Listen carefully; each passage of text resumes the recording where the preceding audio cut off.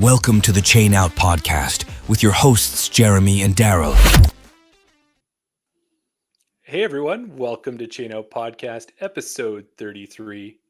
I'm Jeremy, and with me as always is your favorite co-host, Daryl. How you doing, my friend? I'm getting by.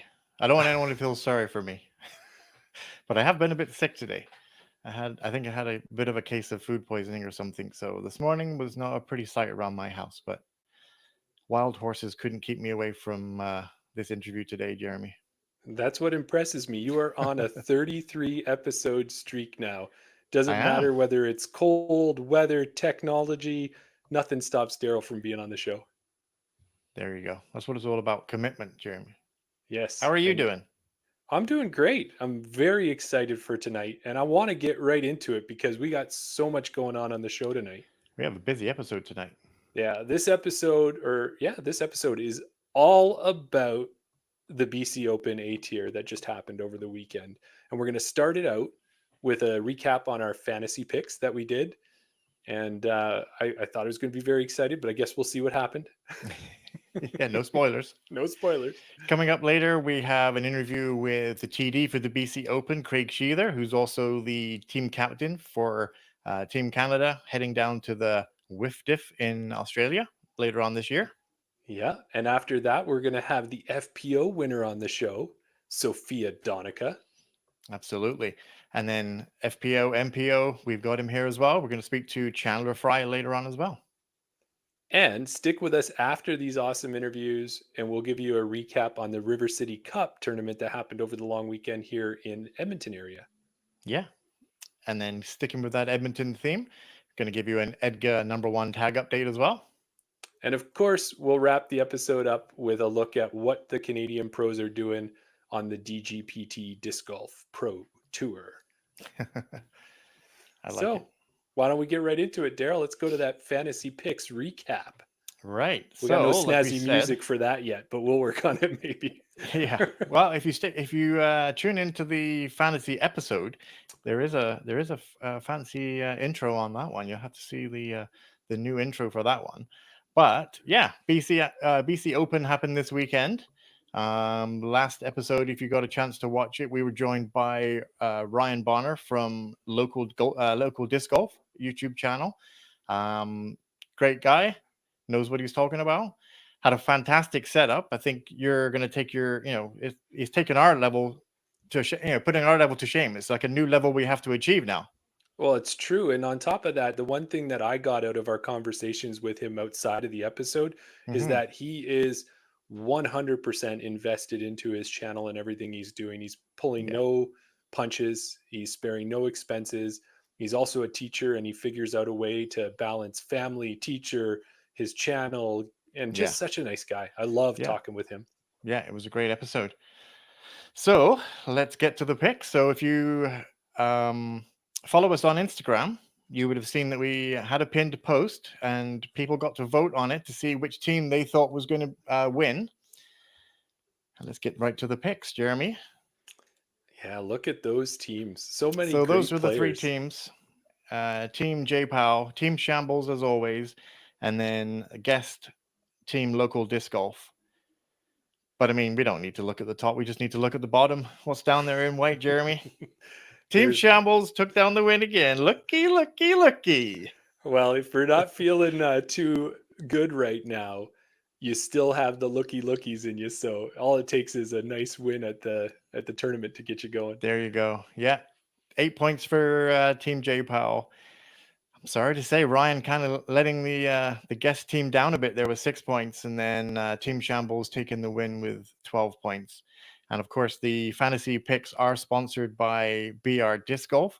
If anybody gets over 10 points, we'll be giving away a $10 gift card. We haven't forgotten. I know this is our third episode, and we will get around to it. But we're gonna. A lot of things have happened, obviously, with River City, and a lot of things that have happened in recent weeks. But we are going to get on top of it. We are going to do the draws. We are going to give away those gift cards. So we will get to it at some point. But that means that Team Shambles took down the win this week. So if we look at the tournament standings for who has the most wins, you'll see that Team Shambles takes the lead with 2. Mark Treelove took down the win last week, so guest team has 1 win. Jeremy, unfortunately, pulling up the rear there with 0, but there's plenty of time. We 6 more keep saying tournaments to that. go. I got time. Time. So adding those points that we scored this week to the overall points, you can see that last week Team Guest Invite had the lead, but with a great week by Team Shambles this week, 34 points for Team Shambles, 32 points for Team Guest Invite, and Team And if J-Pow. you flip-flop the guest team's points of 32, you get 23, which is where Team J-Pow sits at the moment. Like you said, I mean, you keep saying there's lots of time to go, but there's only 7 events to go now, Jeremy. We've done 3. Yeah, but we'll make it through. But I think there's Before one more thing we need to show. You'll be too far away. Yeah, but let's see where Team J-Pow is excelling. Oh, do you have anything on that? Yeah, no, absolutely. So we did put the Instagram vote out there. And Team J-Pow actually took, everybody had misplaced optimism this week. Well, all I have to say is let's flash back to the 90s. Whoomp, there it is. Team J-Pow is on the board. Yep, Team J-Pow took down the listener vote. Everybody, or majority, voted for Team J-Pow's team. Unfortunately, that team was unable to get as many points as Team Shambles this week. Yes, that's right. And they, all of the teams did well, and it was quite the tournament. And we're going to talk about that with our guests this evening and kind of break down just some of the exciting things that happened over the weekend. Yeah, absolutely. But we got another fantasy pick coming up right away because the 4th Canadian A tier happens this weekend. And this A tier here is, known as the LTL or the larger than life. And it's going to be happening up in Whitehorse, Yukon territories. Yeah. And you know what? I guess they could play probably 3-4 rounds in one day if they wanted to at this point with all the sun that they've got up there. Yeah, no, exactly.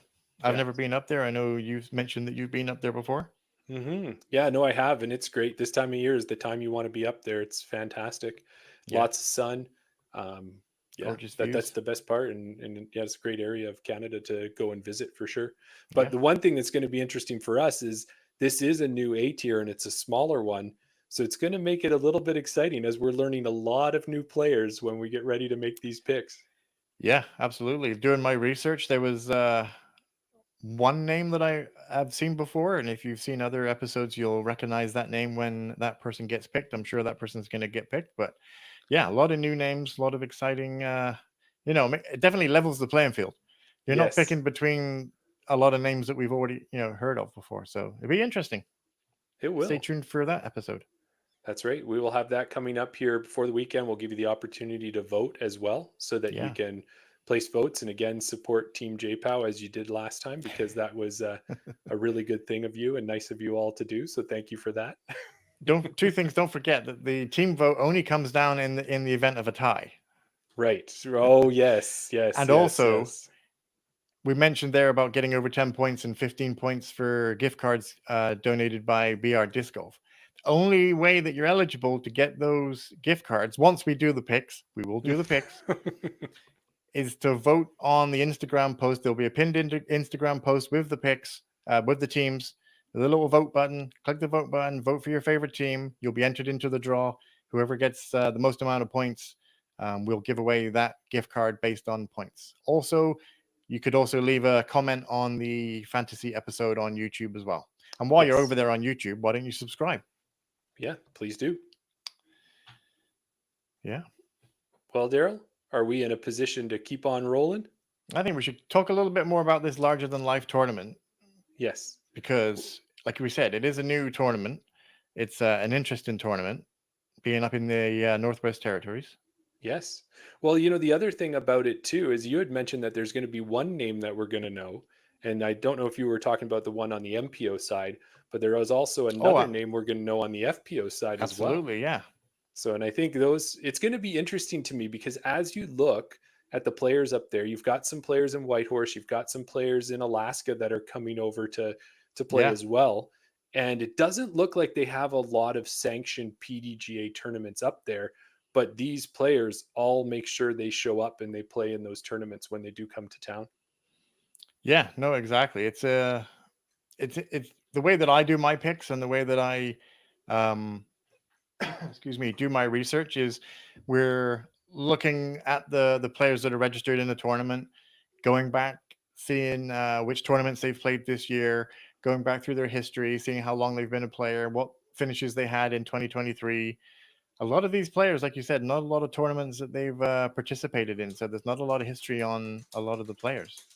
Yes, that's true. And the other thing I noticed as well is I think because this is a big new event and everybody's trying to help make it something, is a lot of these players may have not played MPO before or FPO, but they're going to play it for this tournament and really help to put some weight behind it. And last week when we talked to Andre and Matt from Yeah. Canadian Disc Golf Tour and from Park Pro, they're heading up, they're filming this. So what would be really cool is if you went up there and you played an MPO, if that even wasn't something you normally did, there's a chance you could be on lead card for Yeah, Park Pro coverage, right? absolutely. You have a Yeah. decent round and maybe round two, you end up out there. That would be amazing for sure. Yeah. Well, that kind of wraps up the larger than life tournament happening up in Whitehorse. Yes. Let's Now, uh let's get on with it, Jeremy. okay. Well, let's get to our first guest. I've got my intros as I always do, Daryl. I do really good to try and get some research for him, my friend. Go for it. Our first guest is the tournament director of the BC Open. He's been a PDGA member since 2001. He's originally from Australia, but calls Coquitlam, BC his home. He is taking Canada to Perth, Australia this year for the Whiff Diff Disc Golf Tournament. We're happy to have Craig Sheather on the show. Welcome, Craig. How's it going, gentlemen? Fantastic. Much How better are you? now. And how are you doing, Craig? Oh, I could take a couple of days off. Yes, we were going to ask you that. Have you had a chance to kind of wind down after the big weekend here? Well, the shutdown and doing all the payouts and everything takes about 4 or 5 hours a day right now. So hopefully I'm completed tomorrow. I've just got MPO left, and then I think we're all good. I got 3 or 4 bills to pay and a whole bunch of people to thank. So should be done by Friday. Good stuff. Oh, that's interesting. Yeah, a lot of people that participate in an event will just think as soon as the event's done, you hand over some cash or a check, and then that's it. You don't do anything until the next year, right? But there is those extra things that you have to do. If you're going to do an annual event, there's a lot of people to thank and a lot of, let's say, the after party goes on. It probably will finish in about a week from now. So, but that's where also at the same time you're evaluating the event and making changes and adjustments for the next year. So in that time, Craig, between finishing this event, how much time do you take off before you start planning next year's event, or is it almost a right away thing? I've had 2 meetings already about next year.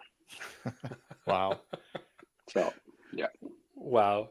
And we were looking, the BC Open, one of Canadian A tiers, the third one this year, and one of the biggest ones, if not the biggest for attendance. We know you guys have a great website. You have a lot of information there, but could you give us kind of a brief history of how the BC Open started and how it's gotten to be as big as it is today? Well, okay. So, back in, I think it was 2004, there was the PDGA wasn't very big in BC. In fact, it was only 1, maybe 2 events a year. I'd been down to the Memorial and experienced a whole bunch of different large size events, and Jazz and I had wanted to bring something to BC that would be a flagship event. So 2005, we called it the BC Open. I think there was like 96, 97 people at it. And at that time, people were like, wow, this is, there's a player pack with discs and that kind of stuff. And they just hadn't seen that kind of thing before. Yeah. And that was the beginning of it. I had a young family at the time, so I handed the event off to some other people. And I think, except for 1 year and maybe COVID, it's been annually run. So yeah, 2025 will be 20 years since we first played a BC Open. And I think that was in Vancouver. That's fantastic. Wow. Yeah, that's awesome. And I know when I was looking, this year you had about 457 people, it looks like, that registered. Is that kind of correct of where we were? No, we actually had 509. Wow. Oh, wow. 457 showed up. Okay. And that's So it's huge. Like, I don't even understand how you try to manage that many people. I watch the tournaments that happen locally here where you have 72 show up for a shotgun start on one course, but to have 457 show up and to try and manage three courses. And I know one of them's a pop-up course, but is the Discmania one a pop-up as well? Or is that, so two pop-up courses? Yep. And how early are you able to get those courses set up? Is it a couple weeks before or right before the event, or? So the Discmania course went up 36 hours before, and the Campbell Valley course went up. Might have been 2 days. We started like on the third day before it. Yep. It requires a lot of logistics to get it to happen, and there's a lot of things that can go wrong. Yeah. So as an example would be this year, we got told by the people, the contractor who mowed the Campbell Valley course, that at Saturday night, this is the Saturday night before we have to have the course open for practice on Wednesday, that 6 holes he couldn't mow. Oh, wow. So we did a 6-hole redesign, plus the fact that he hadn't mowed the rest of the course yet. So to prep that as well, all in about 48 hours, 2 days it took us. Wow. That's amazing. I know it's one of those things where, if these problems come up, you just kind of look at them and deal with them. But, you're the type of person that I want to have in a tricky situation. If you can, not realize that there's pressure there, you got this deadline looming down on you, and you get presented with a problem like that, to be able to just turn around and say, yep, okay, well, let's just redesign this course, let's figure it out and get it done in time. Well, that's when you have to pray that you have an awesome group of volunteers that are willing to bend. Right. So, yeah, and we've heard that so many times from other TDs that we've had, that the way to a successful tournament is surround yourself by great people. Yeah. Yes. Exactly. So then with the Campbell Valley course there, Craig, was InDesign able to come out and put those extra holes or those replacement holes, or how did you decide where they would be and what they were going to look like? Well, I haven't designed a course or worked on a course for many, many, many years, but I do have some experience in that area. It was a bit of pressure because I knew I would want InDesign to come in and, let's say, check my work.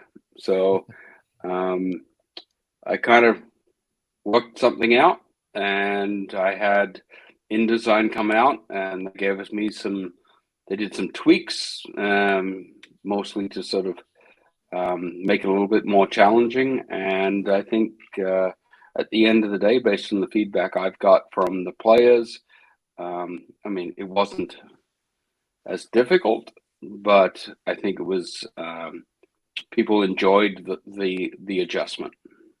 Right. They might also be just being kind, based on the fact that they knew that I had not a lot of time to work on it. Fair enough. Now, with that as well, when you kind of look at the weekend and you had a couple of these challenges pop up, and I guess as any good TD, you have to be always ready for these types of things. But besides those little hiccups that you worked your way through, how did the weekend go from a TD perspective? How did you feel about it? I always feel like the TD's perspective is based on the player's reaction. And if the players are enjoying it, the TD is enjoying it. And so, we're like 3 days past the event, and while there have been some feedback around sort of how we can improve, and we will take that into like the next year event. For the most part, I think people had a good experience. Some stuff online that I've seen, the personal messages that I've received, I think the volunteers did a great job. Awesome. Well, that's really good to hear, and that's everything that we've seen posted. We follow a lot of the social media, whether it's Facebook or Instagram or wherever else the pros and the other players are posting. Everything we've seen has been glowing reviews. I don't think. Have you seen anything that was less than glowing, Daryl? No, absolutely. Yeah, everything's positive. Everything's yeah, everything's great. Yeah. Now, with a tournament like this, and we've seen it depends on the tournament, Craig, is that obviously you've got the tournament going on, and that's the main feature event that's happening over the 3 days. Did you have any other events happening? Were there long drives or putt contests or any, at TCO, Carrie Neal said she had a karaoke night going. Did you guys put anything together like that at the BC Open? No. And the so, I understand. I love a great player experience with all the extra pieces. The BC Open from day one has always been about putting as much energy into the course and as much energy into the player experience on the course, and then at the end of the day, go off and do whatever you want to do. We're also in a location where anyone who's coming in to visit, there's lots of things to do here. And we could never kind of meet the expectations of going to the waterfront and go for a walk around the site. What is it? The seawall in Vancouver, right? So we've kind of focused on the event, and then people can do their thing in the evenings and that kind of stuff. That's a great point. Like if you think about it, Canadian Nationals is coming up in Clearwater, a small 2,000 person town. You probably want to organize some sort of activity so you don't have 500 disc golfers just twiddling their thumbs after the tournament. But when you're in Vancouver area and you've got Granville Island, Stanley Park, you've got the beaches, you can go to North Van, you can go to all of these different places. Why try to pick one for the players? Allow them to do what they want and experience Vancouver in their way. Yeah. Over the years, I've organized many player events, and 15 of us had a really good time. So, as long as you were one of the 15, then I guess that works out, right? You weren't if you organized it. So fair enough. Well, one thing we did notice is we always kind of, until the Parked Pro coverage comes out and we can actually watch the footage, what we have to go off of is the PDGA Live and to watch the scores and what comes out there. And one of the things that we saw was in round 2, MPO, Kirby Snyder gets himself an ace. Do you have any information on how that went down, or did you hear any stories, or were you able to witness it? Kirby told me he got an ace. So. There was nothing about some big hyzer, some flexi S shot, nothing like that. Hey, I guess I paid him out, so I have a note somewhere of what hole it was, but Kirby could have aced any hole on any course. So it's not, there are a couple of people who got aces, and I was like, "Oh, you got it at Campbell Valley?" And he was like, "Yeah," and I was like, "Oh, hole 3." So, right. But Kirby could ace anything. So, sorry, it's not off the top of my head right now. Well, you are correct, though. It actually was Kirby's was hole 3 at Campbell Valley. So what was it about? Look at you go. You knew it without even knowing it. What is it about that hole? Is it a shorter one, or what's the hole look like? So it's the first hole in the redesign. And it's from his tee pad, it would have been 300 feet downhill, nothing in the way. So if you guys have been to Hillcrest Farms and PEI, hole 7 is a classic hole where the basket is out on a peninsula, surrounded by water. all the way around except for like maybe 20 degrees. Okay. When I walked out and saw the redesign, there was a pond that had the reverse approach. And so the basket was surrounded by water, but you were throwing across the water to the basket downhill with about a 20% elevation change, maybe 25%. So it was interesting to watch people get very confused. I've heard people who came up to that hole and didn't know what to do. Some people threw short, laid up, and tapped over, and some people ran it. All kinds of different things. So I haven't seen the data yet. I haven't had time to look at the data on the scoring differential on it. But based on the some of the stories I've heard, that hole gave people fits. But and I guess I got there were 2 aces on it. Okay. Yeah. So I was just going to ask that you said that you paid out a couple. So one was we only seen one in the MPO. We didn't see any in the FPO division. So there must have been another ace in the AM division somewhere. I think it's MA3. Okay. Yeah. I think it's hole 15 on the Discmania course. It's really short, elevated basket. So yeah, he was either getting a 1 or a 4 as far as I'm concerned. Isn't that how most aces come? Yeah. We've said that. I've said it quite a few times. Is that, I mean, I think I've changed my mind because I've been convinced, but I never normally pay into ace pots in tournaments because I'm never normally running an ace. Aces happen because the wind takes it or it's a fluke. Like I'm never running the ace. Yeah. 2004 Nationals was in Kamloops, I believe, or was it 2003? I hit an ace. I wasn't in the ace pot. It was over $500. Yeah. Duncan Dixon, who you guys might know from the East Coast, used to be out here. Him and I started playing together. He asked me what hole it was, and I said hole 7. He says, "Oh, so it was a missed shot." Yeah. And that was the case.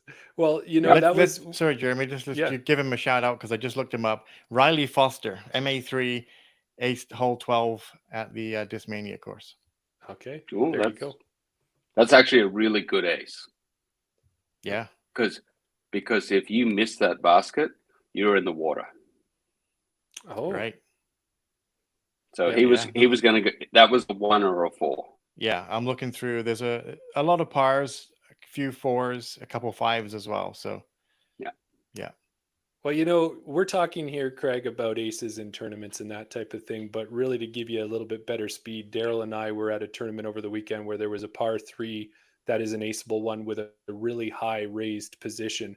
But rather than ace or 4, I went for par or 6. So that's kind of where we still are in our games, is sometimes there you see that raised basket and you see the risk, you see the reward, and you shouldn't have took the risk. So no, it's really good to hear about those. And the other thing with them as well, when you see those, like you had said, you had a tournament ace there too. Like we've both been lucky enough now to have 1 or 2 aces under our belts, but nothing in a tournament. How exciting was that for you? And do you see that excitement in the players, or do you hear about it? Like we watch it on the Pro Tour, of course, they'll run the ace down and wave that disc in the air, but I don't know if it's quite the same thing with the rest of the types of tournaments out there, if that's just when they're on TV. I think there's two types of people in the world. There's the ones that when something happens that they don't expect, get really excited. And there's those people who know that if it actually happens, they're lucky. Gotcha. Yeah, that's fair enough. I don't, I guess in my world, I don't see a lot of really excited people when an ace happens because they know that they just got lucky. Yeah. Right. So yeah, there you go. So when we want to make sure too, when we have someone on TD on talking about the tournament, that we give a shout out to the sponsors that were involved. So Innova's involved because they've got their name on one of the courses. Discmania is involved. InDesign is involved. Who else did you have out there that we should shout out and thank for being part of the tournament? Mariner Brewing, which helped out with. So you might hear me a lot talk about like the support that we want to give to our volunteers. So that were big on that. PDGA Canada, BC Disc Golf Association, Can Disc Golf, Jackman Wetland Society. Like there's a whole bunch of organizations that make a contribution to making this happen. Yes, some of them take let's say a nominal fee to help to sort of like as payment, but nobody really takes the full value, and some of them just give cash and support to make sure that this event is what it can be.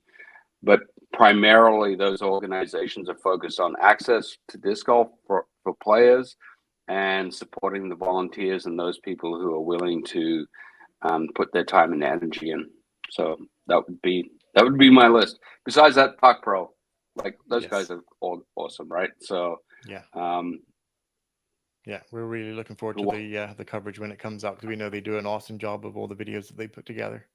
Yeah. Well, and especially this year, like everybody who wasn't there wants to know what happened. Yes. Well, they've set a standard now, and I think they are really working to, when we had Matt and Andre on the show last week, they were working on getting the footage released possibly a little earlier. Did they not say that? Daryl, do you remember? Yeah. Yeah. So that'll be good too. I know what they told me, but I'm not going to hold it to them. Well, that's it. We don't want to put too much pressure, because then everybody will be all over them messaging them. Matt and Andre are great.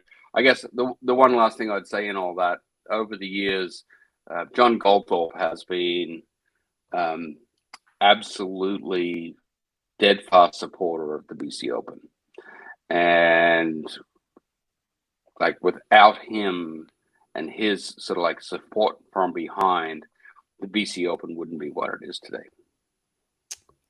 Fantastic. Well, another thing you said too, Craig, is that covers the sponsors and that side of it, but you said it takes a ton of volunteers to put this thing together. A couple questions I had there, and I know you can't name everybody, so I'm not going to ask you to do that, but how many volunteers do you have for the event? And are there any that you said you got to get started on doing the thank yous, and that you could actually throw a few of those thank yous out right now if you wanted to as well?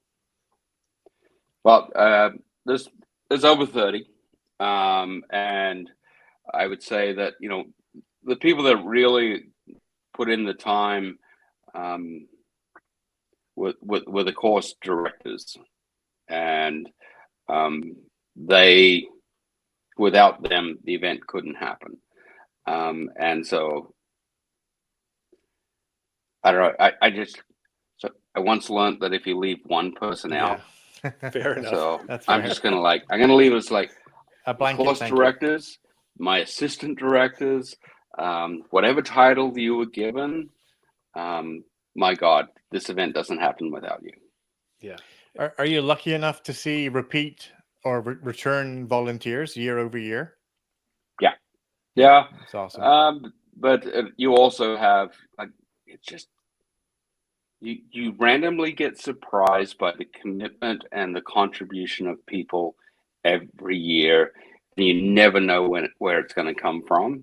But we have a core group that doesn't matter how bad it gets, I can sort of like knock and they'll make the extra effort. But it's the randoms that come out of nowhere. It's like, hey, I'll do this for 3 days for you. I've had people this year. We had 3 people who'd never even played disc golf volunteer for 3 full days. That's to make it happen. Yeah. No, and that's it. You're right. And so 30 volunteers out there. Thank you to all of them, plus the 5 we probably forgot, and maybe the 2 after that as well. Yeah, exactly. So, fantastic. As before we start wrapping up here too, Craig, were there any kind of big stories or memories from the weekend that shouted out to you? Or just were you kind of holding on tight and just making it through, didn't have time for any of that? Yeah. I didn't actually get to see any disc golf, so I'm waiting for the Park Pro thing to come out. Obviously, the last round of MPO is going to be something that people want to watch, because that is historical. And then, besides the fact that the course had to be redesigned a few days before, that was pretty crazy. We had so many people at Raptors. We had, was it Constable Chow threatening to tow people's cars because we were parked in the park wrong place. But, the weirdest story. So this is the fun. This has got nothing to do with disc golf. We love it. I'm standing there talking to a player about what happened the day before about one person we all know who got a two-stroke penalty for being late. Okay. By the time the story was over, he got a two-stroke penalty for being late to his tee time. He went OB off the drive, missed his putt, and took an 8. Oh my. So not my fault. No. As everybody's feverishly opening up PDGA Live and checking the scores as we speak. Hey, Daryl? Exactly, yeah. Well, his name's Daryl. Oh, there you go. Last name White. Hole 1, Raptors Blue. There you go. It's out there now. Yeah, MA50. Awesome. Well, Craig, not only do you have the BC Open going on, you're going to be planning that. The other thing that we know that's very exciting that you've got going on is you're taking Team Canada back to Perth, Australia. And I mean back because you hail from Australia. Is that, if I've got that correct? And you're going to be taking them down there for the Whiff Diff disc golf tournament. And are you pretty excited about that? Like, the team you've assembled is amazing. I was looking at it just again today, and just name after name of all of the who's who in Canadian disc golf. Well, it's a collection of some of the who's who, that's for sure. I think we're very privileged as a country to have those individuals step up to represent us all. I know that once we go there, everyone's going to be wanting to know everything about it. It's a big commitment. You talk about about $5,000 a player. So I am astounded by their willingness to do this. I would like. I know the team is trying to do some fundraising efforts. I wish the rest of Canada could get behind them a little bit more than they have, because it is a big endeavor. But yeah, it's a very good team. There are other countries. There's 27 countries coming, I think, 28. There's some other really good teams coming. Shout out to the team in 2016 that won gold, and the one in 2022 that won bronze. We've done pretty well at this event. It's a combination of having background in match play that we've been playing for many, many years, but also I think there's something different about Canadians when they get together. I think they elevate their game. And so it'll be fun in November. And if the rest of Canada would get out and support us, that'd be great. Definitely. And that's a call out to our listeners. Hey, Daryl, is to have them get out there. There's a lot of ways, Craig. I think a lot of the players, I know Stuart and Sofia had some discs available, and I think everybody does in one way or another. Disc Republic was doing some different things. So I think if you search Team Canada, WFDF, and search for that, you'll find ways that you can support the team. Yeah, and we'll do another. We're going to do another campaign here at the end of the summer, in September, kind of thing. There's it's, I think, including plus ones, people who are coming to support. There's 18 of us going to Australia, so think about cooking a dinner for 18. I don't want to do that. There's a bit of effort involved. So, but anyway, it'll be great. And you'll see more posts from us closer to the event around uniforms and travel plans and all that kind of stuff. Awesome. Perfect. Well, Craig, thanks for joining us. And just before we let you go, is there any last things you wanted to say or shout out? We're going to get Sofia on next, and then Chandler after that. So it's going to be a great rest of the show here. Cool. BC Open 25 will be 20 years since the first one. It might be a little bit bigger than this year. Ooh. Dropping some hints. Almost plans are underway. And if I'm going to do a shout out, I'm going to do a shout out to the volunteers that made it all happen. And I'm actually going to I'd like to do a shout out to the players, because the players really put on a show, not only in their play, but their conduct. It was fantastic. Awesome. Yeah. That's great. Outside their parking. Yeah. Just ask the constable, hey. Now, Craig, I did see that you're going to be up at Nationals. I'm actually heading up there, so I look forward to getting a chance to meet you in person, and we can catch up again there. All right, Daryl and Jeremy, thanks very much. I hope you guys have a good show. Enjoy your conversation with Sofia.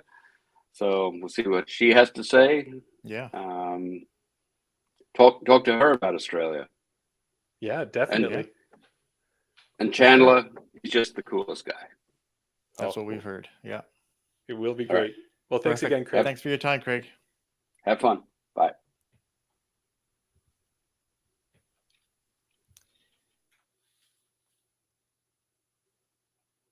Fantastic interview, Jeremy. It's always good to get the behind the scenes of a tournament. Yeah, and it seemed like Craig was the kind of guy who was right up your alley. Just had that right level of energy and those like perfect, like punchy responses, right? Like I really enjoyed that conversation because he just told us what it was and gave us like great, solid information. Yeah, perfect example of let's don't deal with the faff. Yes, we don't need right. Faff. No faff straight around. To the point. No faff for him. Yeah.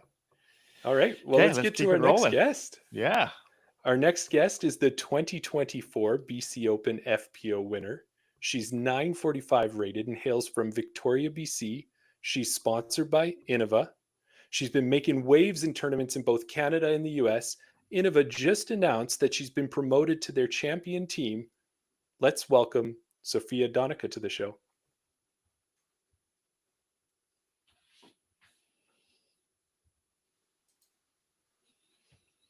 She is making her way in. Hey, and there she is. Welcome, Sofia. We'll see if she gets a connection. Hey, thanks for having me. No, thank you for joining. It's working. I was just like trying to stop the YouTube live and the lag. You warned me about the lag, but I wasn't ready. We need to do something about that, Jeremy. Everybody that comes on, it's always that extra few seconds that YouTube kind of puts the delay on there. Yeah. Well, that's the thing too, Sofia. We almost want to say is about 20 seconds before we have to be like, we'll put up a peace sign or something. So whoever's watching knows you're going to be on like right away. It's going to come right up at you. Yeah. Hide all the things that you were doing. I don't know. Exactly. Well, get dressed. I think it was last episode last episode when we had Julie on. We had her husband changing a baby on the bed, and she was running in from another room, almost slipped and fell. We didn't want anyone to injure herself. That sounds like it sounds great. So first of all, congratulations on winning the BC Open over the weekend. Another big win. So that's exciting news. And we wanted to start out because we're noticing kind of a trend going on right now in the Canadian A tiers. So starting with the Foxwood Open, Chantal Bedinsky wins. She's a repeat winner. Thomas Gilbert wins. He's a repeat winner. Head up to TCO, Julie Mowens wins. She's a repeat winner. Thomas Gilbert wins. He's a three-peat winner. Moving to BC Open, now we've got you winning and you're a repeat winner. So I don't know what's in the water or what's going on this year, but it sounds like I had to do it because Chandler took it down on the MPO side, right? So I had to hold down the fort for the two-time people. Yeah, that's unfortunately it didn't work out for Casey this year, but right.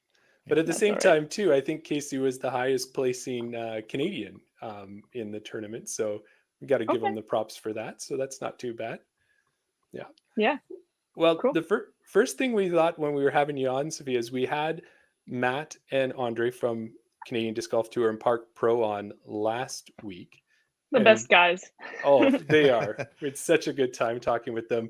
And they mentioned the story of how recording last year's TCO, recording the FPO card was kind of a last minute thing. One of them woke up, grabbed the camera, and went out and filmed, and they were filming it. And they got back, and the first thing they said is, "You've got to see Sofia. We've got this new player who's going to be tearing it up. You've got to see it." And they couldn't have been more right about that. And we've seen that ever since then with your play over this past year, getting sponsored by Innova, going down to the US, playing in some tournaments, getting some big coverage on the DGPT, and now coming up here winning BC Open. How has this whirlwind year been for you? Yeah, I mean, if you had told me that all these events and these series of events would have occurred a year ago, I would have not believed you. But here we are, right? I've just had an opportune time of finishing grad school and sort of playing a lot of disc golf. Like, Julie asks me to play almost every other day over the winter time, and then I was like, okay, well, I have some spare time, so I'll just, I definitely want to play the West Coast swing, and yeah, things just fell right into place. It's been awesome. That's great. Did that experience here more recently, like we know you've played some events with the pros from down south there, but this recent experience on the West Coast swing, did that give you some confidence going into the BC Open and getting ready for that tournament? Did you feel that performance just had you ready to go? Yeah, I definitely feel like I'm cleaning up the bottom end of my game. I've definitely shot some hot rounds, but I think the nicest thing is, like, I know, like, I usually can have like a pretty solid round. Like, my bad rounds are getting better, and that's something that's, I think, comes with playing more high stakes events. Is you learn how to make decisions and you learn how to stay out of big trouble. I think the only time I found big trouble was like my last round of Beaver State Fling, where it was just a couple holes in a row that I was like, I feel like an amateur right now, but it's okay.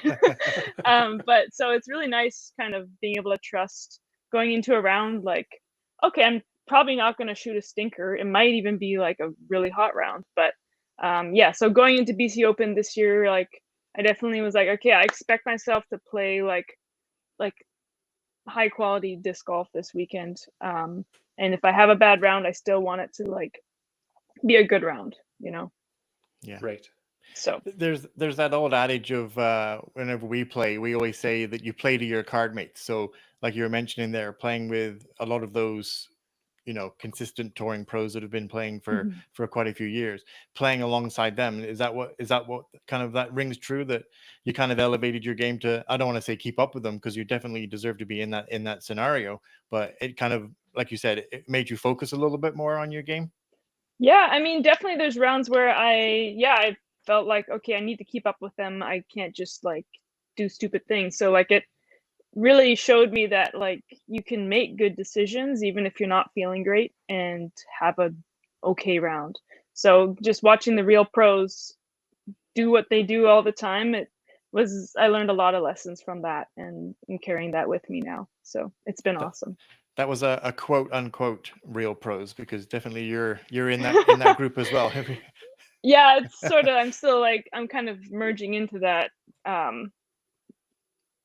sliding into that slot now for sure. Yeah.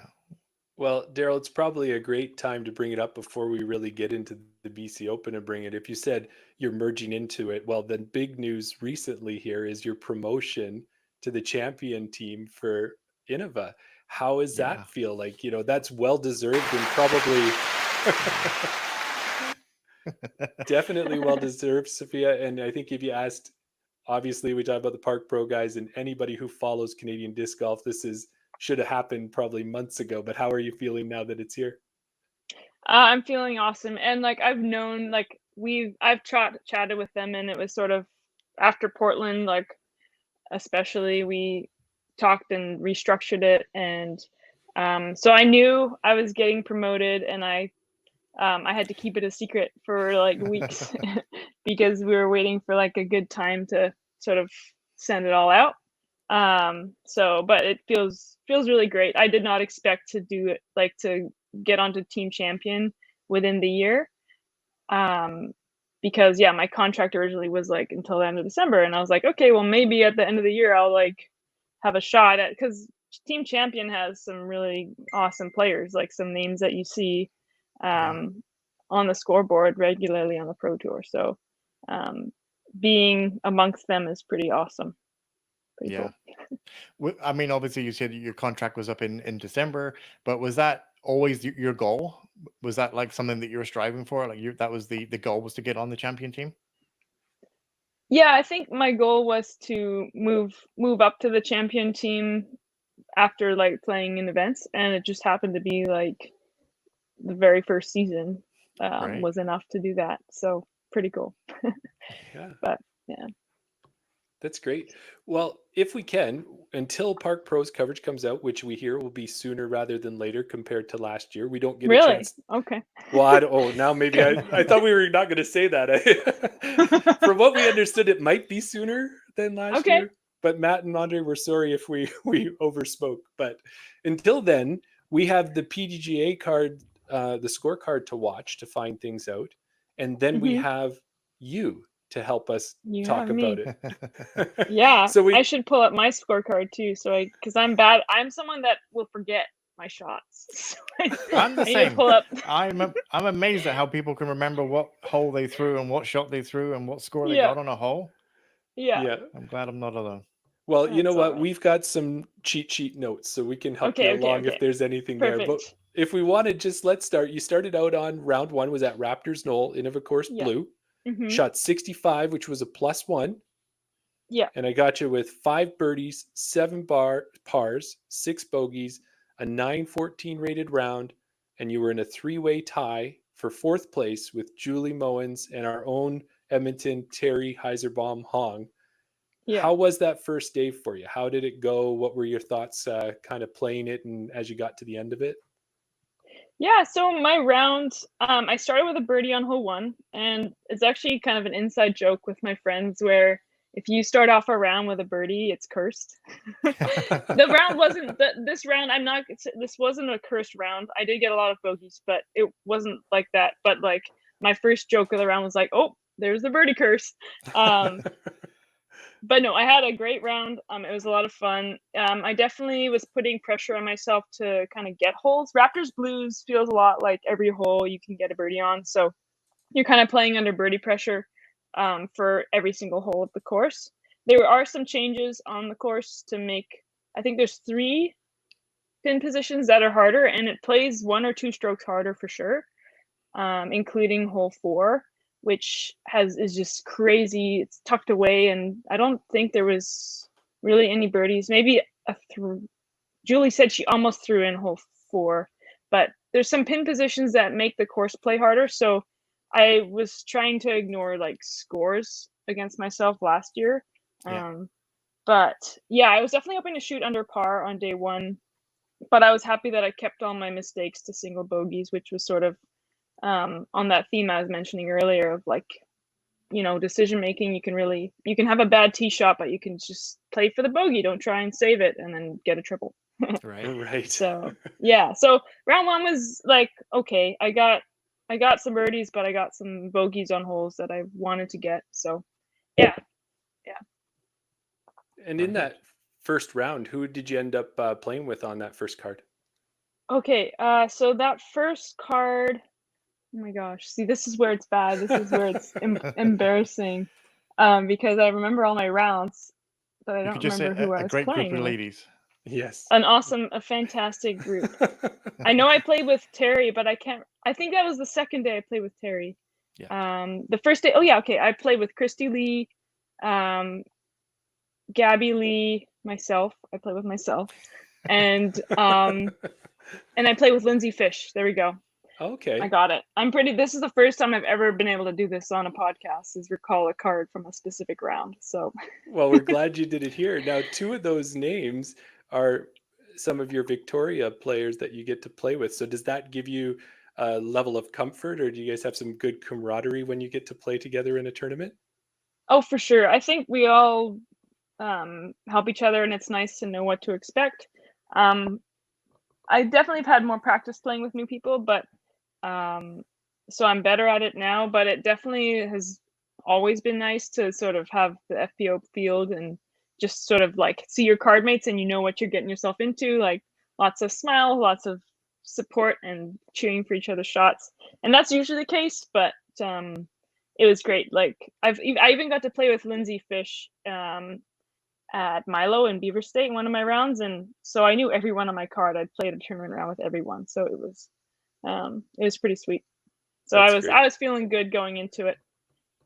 And you know what? That's the thing we've noticed, hey, Daryl, is that we actually had a chance at a tournament locally to watch the MPO card and some of the FPO card. And that's the one thing we noticed right away is that the MPOs seem to be pretty serious. They're so focused and everything. And then the FPO card, you've got smiles, you've got jokes, you've got support. It's if I could choose which card I want to be on, I want to be on the FPO card. Yeah, no, I definitely have noticed that as well. And I think like, sure, we can maybe learn to be serious, but I don't think so. I think we do it right. I think we do it better. I would agree with that too, Sophia, for sure. So that gets you through round one. And then round two, you guys head over to the InDesign course in Campbell Valley. And now Yeah. that course there, it's got a lot of names. It's got Campbell Valley. It's got Horse Course. Daryl always gives me a hard time. I call it Horsey Coursey. I like that. I say horse course. I said it. I think I did coverage last year, and I was calling it horse course. And Stu, who's one of the course designers, like, it's called Campbell Valley Design Course. What do people understand? Like, well, I did call it horse course every time on coverage, so my bad. And I continue to call it that. Yeah, I guess then maybe that's where it actually got into my head, was when you called it horse course. And then for me, just trying to make it more of, as Daryl will tell you, I like to sing and every chance I can. And horsey course is more sing song than horse course. So Yeah, there you go. All right, that might be the newest and latest name. Yeah, horsey coursey. Yeah, there you go. So when you got into that one, you're 3 strokes behind the leader going into this round. Rachel Mowens is actually in the lead at that time. And when we watched you play this course last year, we noticed when we watched that Park Pro coverage, it really gave you an opportunity to show your stuff. There was so much conversation of your big throws, and especially some of those downhill ones, and really sent it down. Lots of big power in that. And it kind of looks like you might have did that again when you showed up at the course. Is that, were you feeling good as you went through the horsey coursey in round 2? Horsey coursey felt good. I had a bogey-free round. The front 9, okay, so there was a bit of drama leading into it because Stu and the tournament and Craig and the tournament organizers learned that they couldn't mow the field. The farm people couldn't mow the field for part of the course that we originally were on. So they had to redesign the front 9 or holes 3 through 8 in like 2 days, which they did a great job considering they had 2 days. And actually some of the holes I liked a lot. I definitely missed 2 of the holes that we had to cut out. I think one of them was a huge bomber downhill short. They're both bomber downhill holes, but so I missed 2 of the holes, but that made that section a little more scoreable, which was in the back of my mind. I don't like putting like score pressure on myself into leading into rounds, because you don't have control over that. You just have control over your decisions one shot at a time, right? So but I definitely had a confident feeling going into that course. Raptors, you're always worried about getting penalized, so it's nice to move to a course where you're shaping big fairways and like worried about where you're landing and sort of biting off a lot of distance. And so it really suits my game, and it showed on that day. My round was rated 1,000 when I finished, and it dropped down sadly, but still a great rating for me. I think my 3rd highest rated round of my life. So it was a great day. Yeah, and that round, just to kind of let everyone know. Oh, sorry, continue. Oh, sorry, I was just saying on that day we had cards of 3, which was awesome. The pace of play was faster, which I like. I prefer playing a little faster than like really slow. So card of 3, I was with Madison Tomeno and Terry, and it was just great, chill card. I love playing with those 2. So you're never going to be sad on the card when you have Terry on your card. Oh yeah, no, I love her. Yeah. So much energy, and that's it. It's like I want to have everybody's jerseys, but one of the first ones that I have right now, Sophia, is Terry's Heiserbaum Hong jersey. So always excited to put that one on for a tournament. Nice. So that great round that you had ended up being a -7 bogey-free round. Yeah. And Mhm. as you said, is I didn't know it was at 1,000 rated, but then it dropped down. It looked like to 992. Yeah. But amazing, like that's a fantastic one. Um, Now, as you got through those changes, you said there were some things that got missed in that. That was fine. But then we move over to round 3 and we get back to Raptors. And at this point here, you've got first place and you've got a 4-stroke lead over Rachel, a 6-stroke lead over Gabby, and an 8-stroke lead over Taylor Chosick is kind of what we had noticed as you went into that last one. And from what we could see, you played a super clean front 9 with 4 birdies, no bogeys. And then at that point, when you got to hole 9, your closest competitor was, and we'll go with the nickname Disc Tay. She was still Mhm. like 8 strokes behind you. Now, at that point, where is your thoughts? Are you feeling pretty good and you're kind of going, I just play a clean game and I've got this one in the bag? Or Yeah, so at that point I was feeling pretty relaxed. And I was feeling pretty good even at the start because I knew I'd gotten like I had a feeling that I wasn't gonna shoot over par again. So I knew all I had to do was like kind of shoot even par, and then it would take a lot for someone to come back and take the win. Um, but I also had a really good front 9, which was nice to clean up some mistakes from the previous round at Raptors. And then yeah, heading into back 9, I felt pretty relaxed. And then hole 11, there was some drama. I threw into a tree in the hazard on that hole, and then there's a lot of OB, so I was like, okay, I'm gonna play this really safe, play it for bogey. But then my upshot landed on a tree. Like there's just little trees in the fairway, and I just was like tree hopping fairway like up the fairway. So I took a 6 without OB, but I was like, okay, whatever, like that's fine. Because it's a hole where you can take that just can happen. Um, but then the rest of the round, I was just trying to play boring golf for the most part. It was painful to like do layups and stuff, but I had my caddy Brett kind of urging me to, just be really conservative, which I don't love to do because I don't trust my short game as much as I trust Yeah. like I trust my short game and my long game about the same. So for me, like laying something up means like I have like laying up a hole means I have to do another layup shot to the basket, and I like that for me is like I might as well just throw it there, like because my layup shots can get kind of squirrely sometimes. But it ended up working out just fine. I was a little frustrated in the back 9. I couldn't get any birdies, but I wasn't like pushing for them either. So yeah, it all worked out.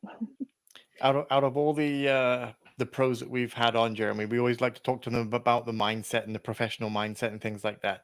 That's what I think that's the biggest takeaway that I've had is that you can just take a double bogey and be like, oh yeah, that's okay.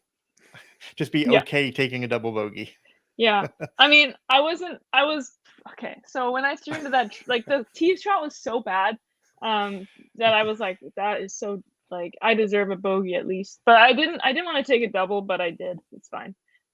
It was a pretty silly hole, but I was like, whatever. And then I got a par in hole 12, which I had bogeyed the previous time. So it was kind of like, okay, I'm already Good back a trade-off. stroke on myself. So yeah, I Yeah. like to just kind of forget things fast. That's why I forget my whole rounds. I like have a short memory during the round, right? You gotta just think about the next shot ahead. You can't dwell on the shots. And the rounds where I dwell on shots are the rounds where like what we call stinkers, like stinker rounds. right. You just have to have like goldfish memory and just look immediately at your next shot. Yeah. And those are where the best rounds happen for me. Do you ever, sorry, Jeremy, I know we haven't quite finished the round, but do you Yeah. ever, like when we spoke to Thomas, he was, like his mindset was that if he missed a putt, he would take the positive to say, well, at least I was in position to take the putt. So that he would take that positive out of that situation. If you miss a putt and you get a bogey, are you taking a positive out of it? Or is it instantly gone from your mind and your focus is on the next hole? If I threw a good drive, I'll take that from it. Like if I was in position to birdie or if I like did a really good scramble and had a par putt and then missed the par putt, like I'll think about the scramble shot. But yeah, for the most part, I just try to focus on the next shot because no matter what, like if I think too hard about what I have been doing well or not well, like I just want to reset for every throw. Yeah. Yeah, because Most sometimes the important. game will drift, right? Sometimes you'll miss early for part of the round, you might miss late for other part of the round. Your putt might go low, and then you might drift, but I try not to like overcorrect stuff because I'll tend to do too much to change it. And once you start fiddling with, don't fiddle with it. Basically, just kind of let it be and kind of find the flow, I guess. Yeah, and I guess you're confident in your game that you know that if you did make a misputt, it's not a sign of things to come. It was just an off shot. Yeah, and I keep trying to come back to like cues maybe, and less about what I did wrong. But like, yeah. Once you play enough tournament rounds, you start to understand what your game is like and what your misses might be, and so it just comes with experience of like, okay, like I just need to. My arm is rushing the putt, so just think about, being really patient with your arm, and then that'll fix the flight. Don't try and like make the flight different. Yeah, makes sense. Daryl, it really must be more of a pro mindset, because between you and having Brett there with you, when you took that double and then all of a sudden Taylor goes and does a turkey of birdies at the same time, the fact that you were able to just keep it under control, just continue to play your game, that just shows the level of professionalism right there. Because I know for me, I'd be freaking out and I'd probably be trying to push it and do something I shouldn't be doing. So good job on that for sure. Thank you. I knew she had some rough holes to start the round. So I really just did not feel any pressure because my front nine was pretty good. So I knew I had like a lot of strokes to give back. So I honestly didn't notice too much that she was having a turkey or anything. I just was like, oh, you're not, like, you're playing really well now. Like, awesome job, Taylor. It was just more of like it was great to watch her crush those holes. And I wasn't anxious about our scores. I think I don't even think I was checking any scores at all. But yeah. Well, good. Well, one of the things we did is we reached out to Gabby and asked her about any memories from the weekend playing with you. And this kind of ends up getting to the end of your round. And she mentioned that, Sofia was about to win. And I told her she was up and to go ahead and putt out, and kind of forgetting the fact that maybe to save the last putt for the winner of the tournament. And she said that was just a funny moment that she remembered, but then you got a chance to putt out and take the win. Yep. No, I think she was like, you can go, and I was like, no, you should go. Unless I've done a bad miscalculation. No. No, and actually hole 18, like that was a great moment. I loved playing with Gabby on that final round. She had a great tournament, like to shoot even all 3 rounds. And her game is looking really great. She was making putts and throwing really nice drives just down the fairway.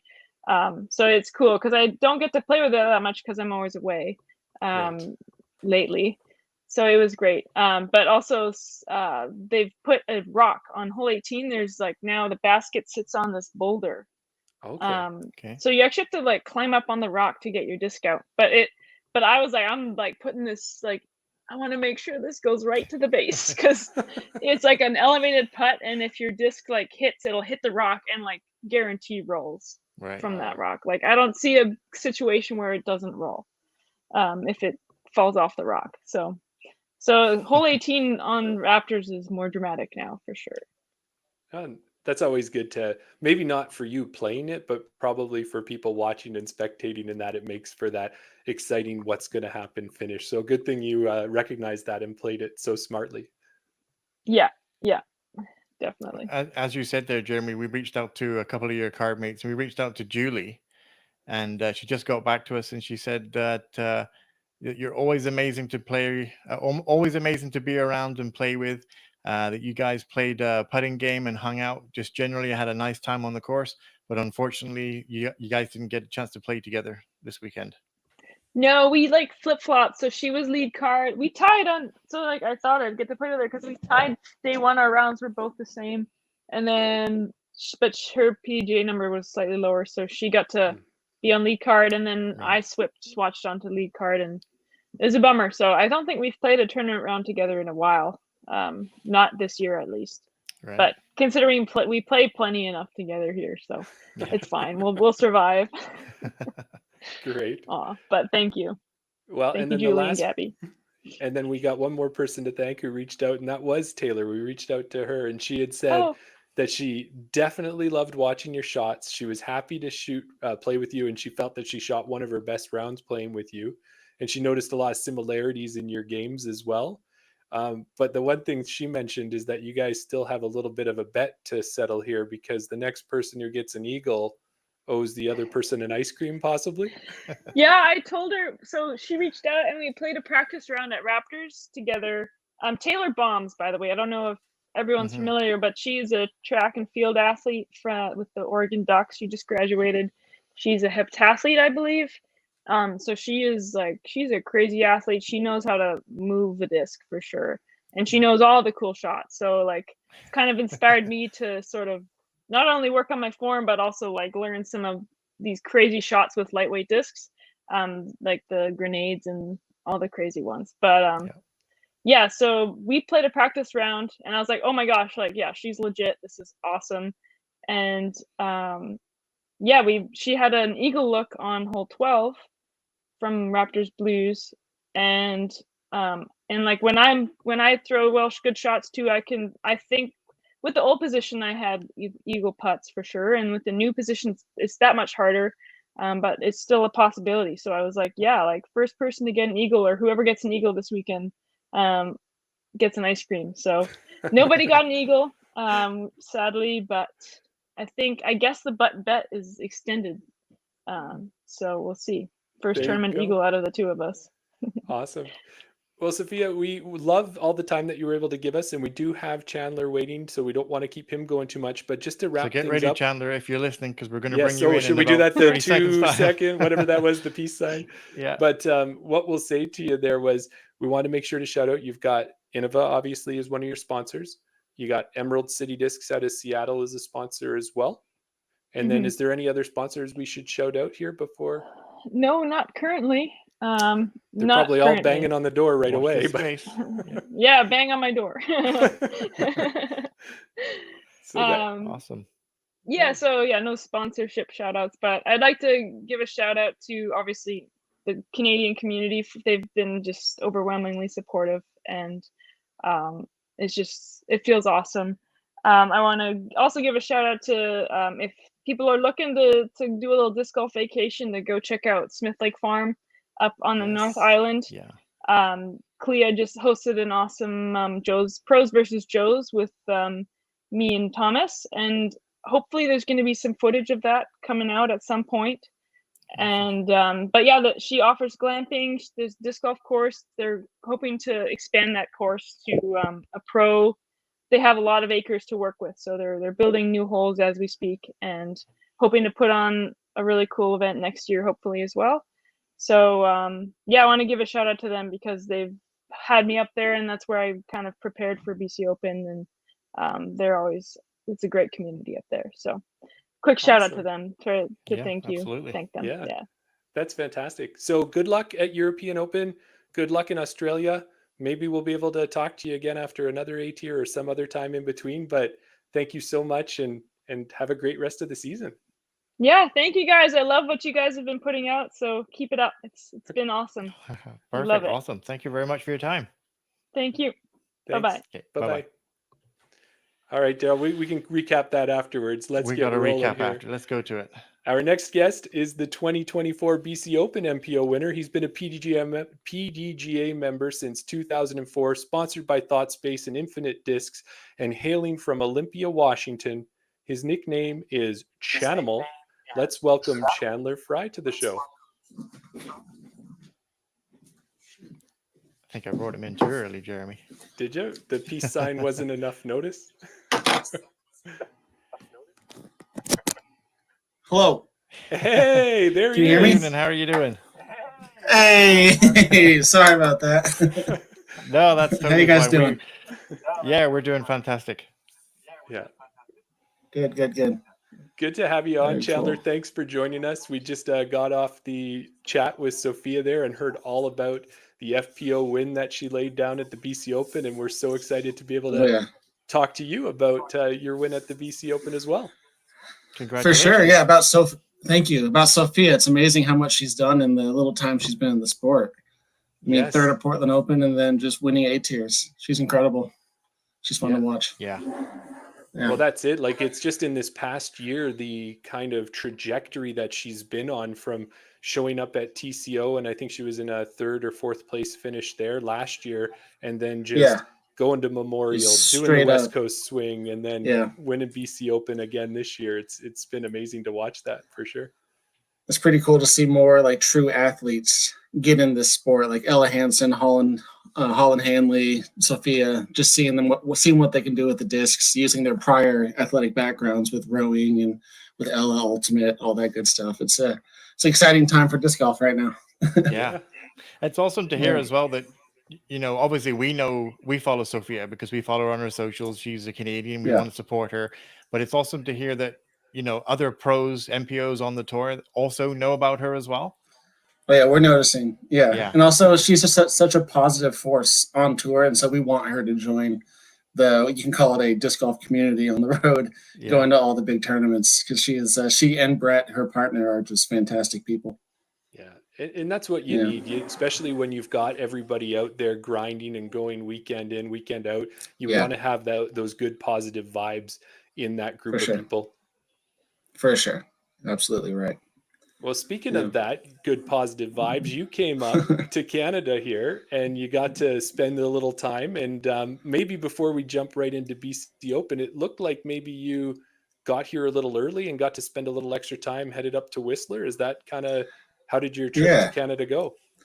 I got to BC about a week and a half early, and I spent a lot of time with Chance Stad. I'm not sure you guys are familiar with him, the 2022 Masters World Amateur Champion. Yeah. Thomas Gilbert, Canada's finest, and Chance's wife, Ashley. We spent some time in Vancouver. We went up to Whistler's. I got to hang out at the Whistler's Village, play the little 18-hole pitch and putt course up there. I forgot my shoes, so I didn't play the Whistler course. But in the same parking lot as the course, there's a spa, a Scandinavian spa that we went to, and we did that instead of disc golf. But it was great. I got to play. I always like logging new courses, so I got a few new courses in. We went to Squamish. I think it's I forget what the name of the course is called, but Thomas was hosting the Battle of Big Maple. It's a series that he does, a series of little tournaments where he has everyone play around with one of his discs that he supplies for them. Does a clinic, kind of similar to the old Sexton shootouts that used to happen with super fun to be involved with that, just to see all the people come and support Thomas and learn about disc golf and how to be just a little bit better. But yeah, you guys up in Canada, where are you guys from? Are you Edmonton or Alberta? Yeah. Yes. Yeah, we're from Edmonton, yeah. BC, I know it's only 3 hours from where I live down in Washington, but BC has some incredible courses and the community is just top notch. Just great people and a lot of young talent up here, I'm noticing. Yeah. That's true. Lots. And it's great for our community and great for the Canadian game when we see pros like yourself coming up and playing these courses and speaking so highly about them. That's awesome. Oh yeah.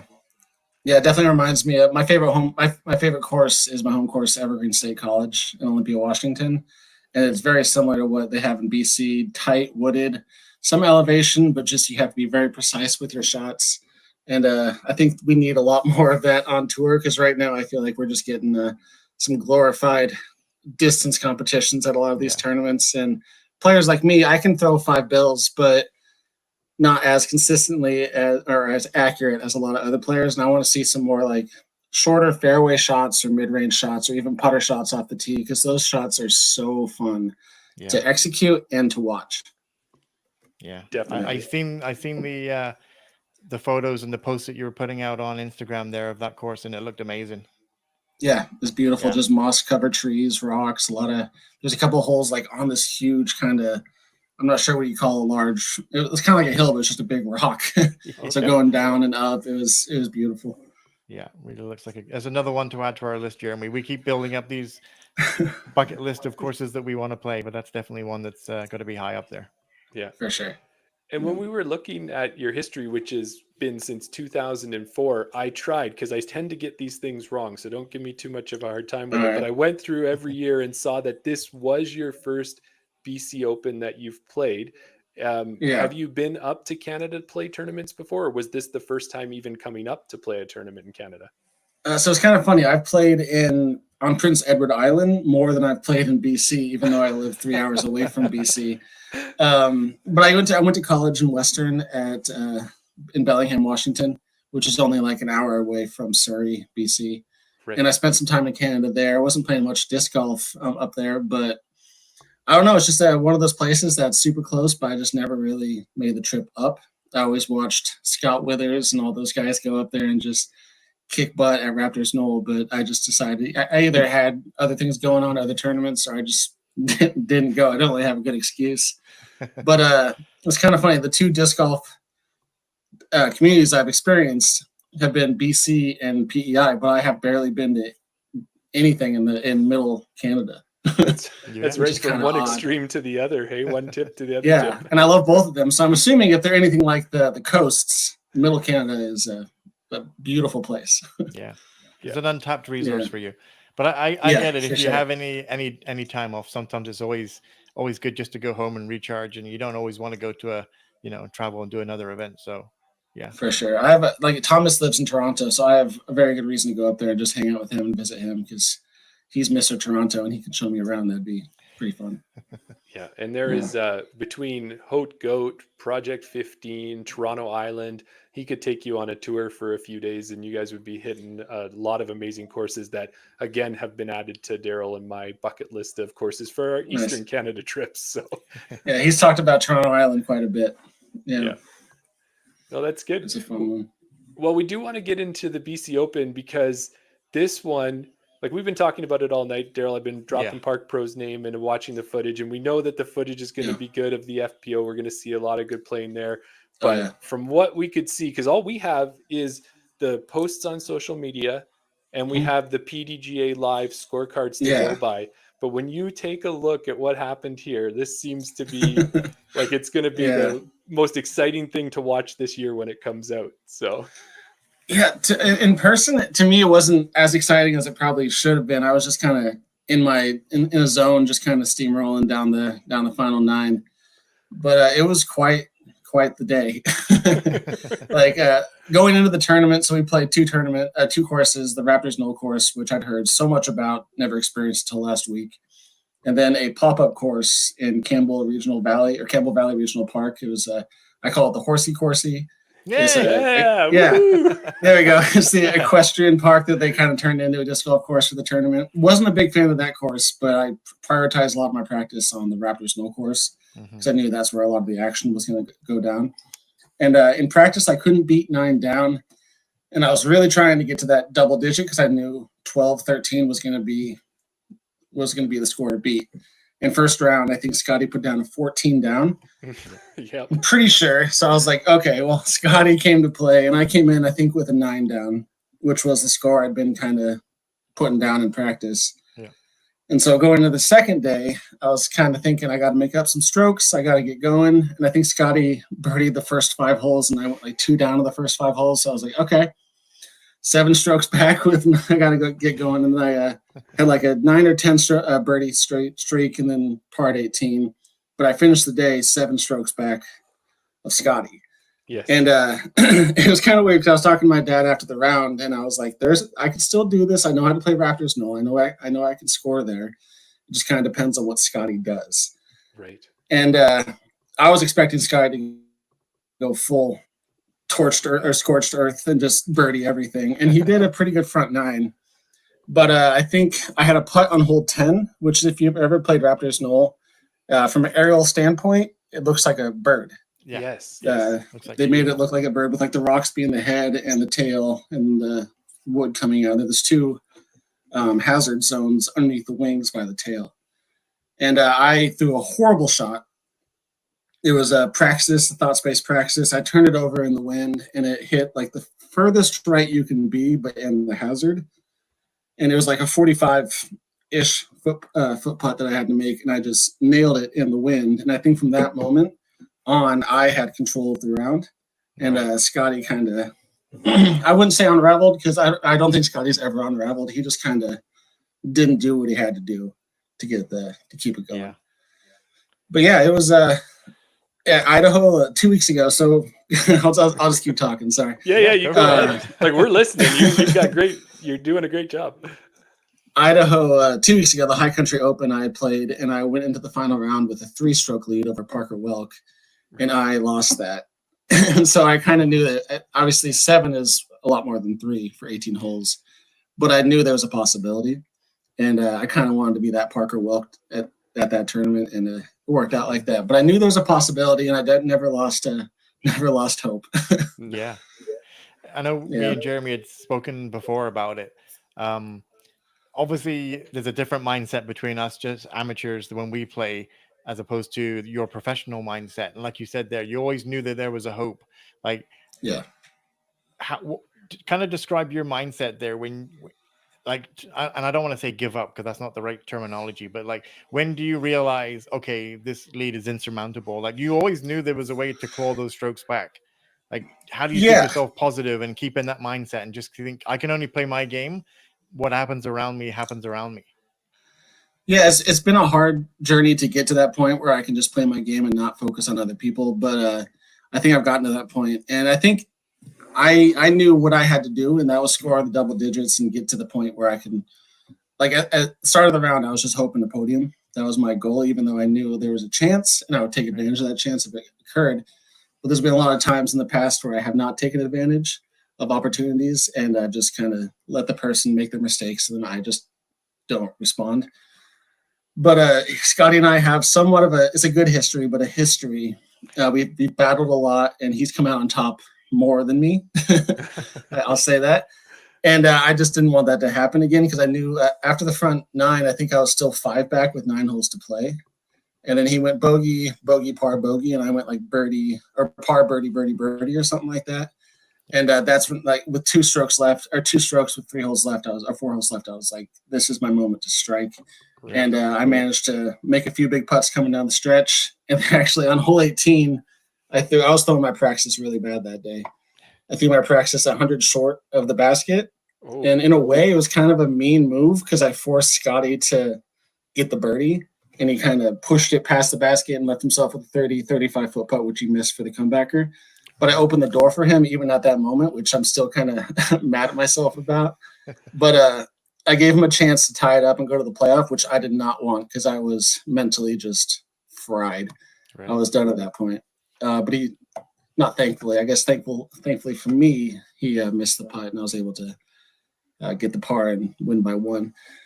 But as far as the mindset is concerned, I don't know. It's just, I'm kind of a streaky player. Where at last round of Beaver State Fling, I had an insane round where I was doing things with the putter that I didn't know I was capable of doing. And that confidence kind of is still with me as I'm going through. And I've played 2 A-tiers since then. I think I've averaged like 10.41 for the last 9 rounds. Wow. So I just got to learn how to sustain that confidence and keep it going. Yeah. Unfortunately, I came home from tour for about 3 weeks to take a break to take care of some teeth issues I've been having. I got a root canal a couple days ago, or yesterday actually. Yeah. So you can see this side of my face might be a little droopy right now. But I'll be back on tour for Ledgestone. But I'm hoping to keep that confidence and mentality going into the rest of the year. Yeah, awesome. It's a great time in this season to do that too, to kind of hit your stride and kind of get there. Now, I just wanted to say one thing, Jeremy. Yeah. Your mindset going into this tournament was that you wanted a podium. We also do a Canadian fantasy league where we pick players from each event. It's not across the whole of Canada, but we hit the 10 A-tiers across Canada, and it's a new pick at each tournament. And I picked you to win. So let's go. Thank you. I got you. I got you. I had faith in you. Yeah. I feel like usually in fantasy, especially at some of the bigger tournaments, I'm letting people down. So it feels good to finally hear, like, hey, you're my pick and you won. You're my man. Yeah. Yeah, I got you. No, that was good. And his name for his team is Team Shambles right now because the first week he was Oh, no. a little disorganized, but even being disorganized, he just keeps picking the right picks and taking it home. There we So, go. Yeah. Keep picking me. I'll bring you home. I'll bring you There home, you go. Daryl. Awesome.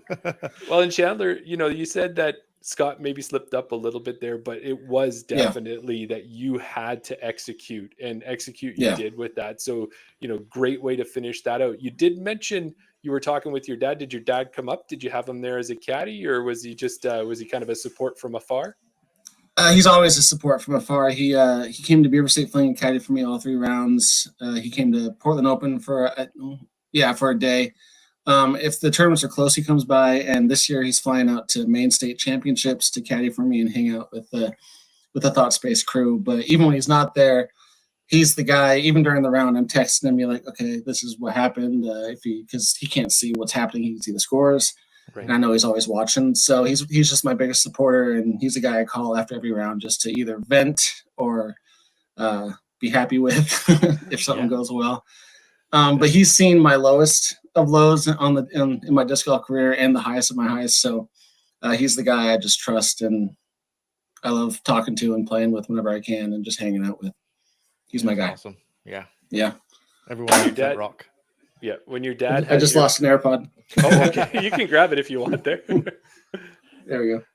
Yeah, I would say when you have your dad in your corner, there's not going to be anyone who's going to be a bigger supporter than that. So that's great to hear. Absolutely. For sure. Yeah. Now, Yeah. if I I'm could go- lucky to have him. Yeah. Now, if I can go back to the card there on that last card, it was kind of an interesting one because you had you and Scott, a couple veterans in the sport who have been playing and battling, as you said, a number of battles going up against each other. And then you've got Colin and Axel in these two they're still teenagers, but like totally ripping it up. So you've got the old vets with the youngins coming in. What was that experience like for you? We addressed it on hole 1 because I was just like, okay, guys, how old are we? And Scott was like 38. And I said 33. Axel's 18 and Colin's 16. And I'm like, all right, we got 22 years of difference.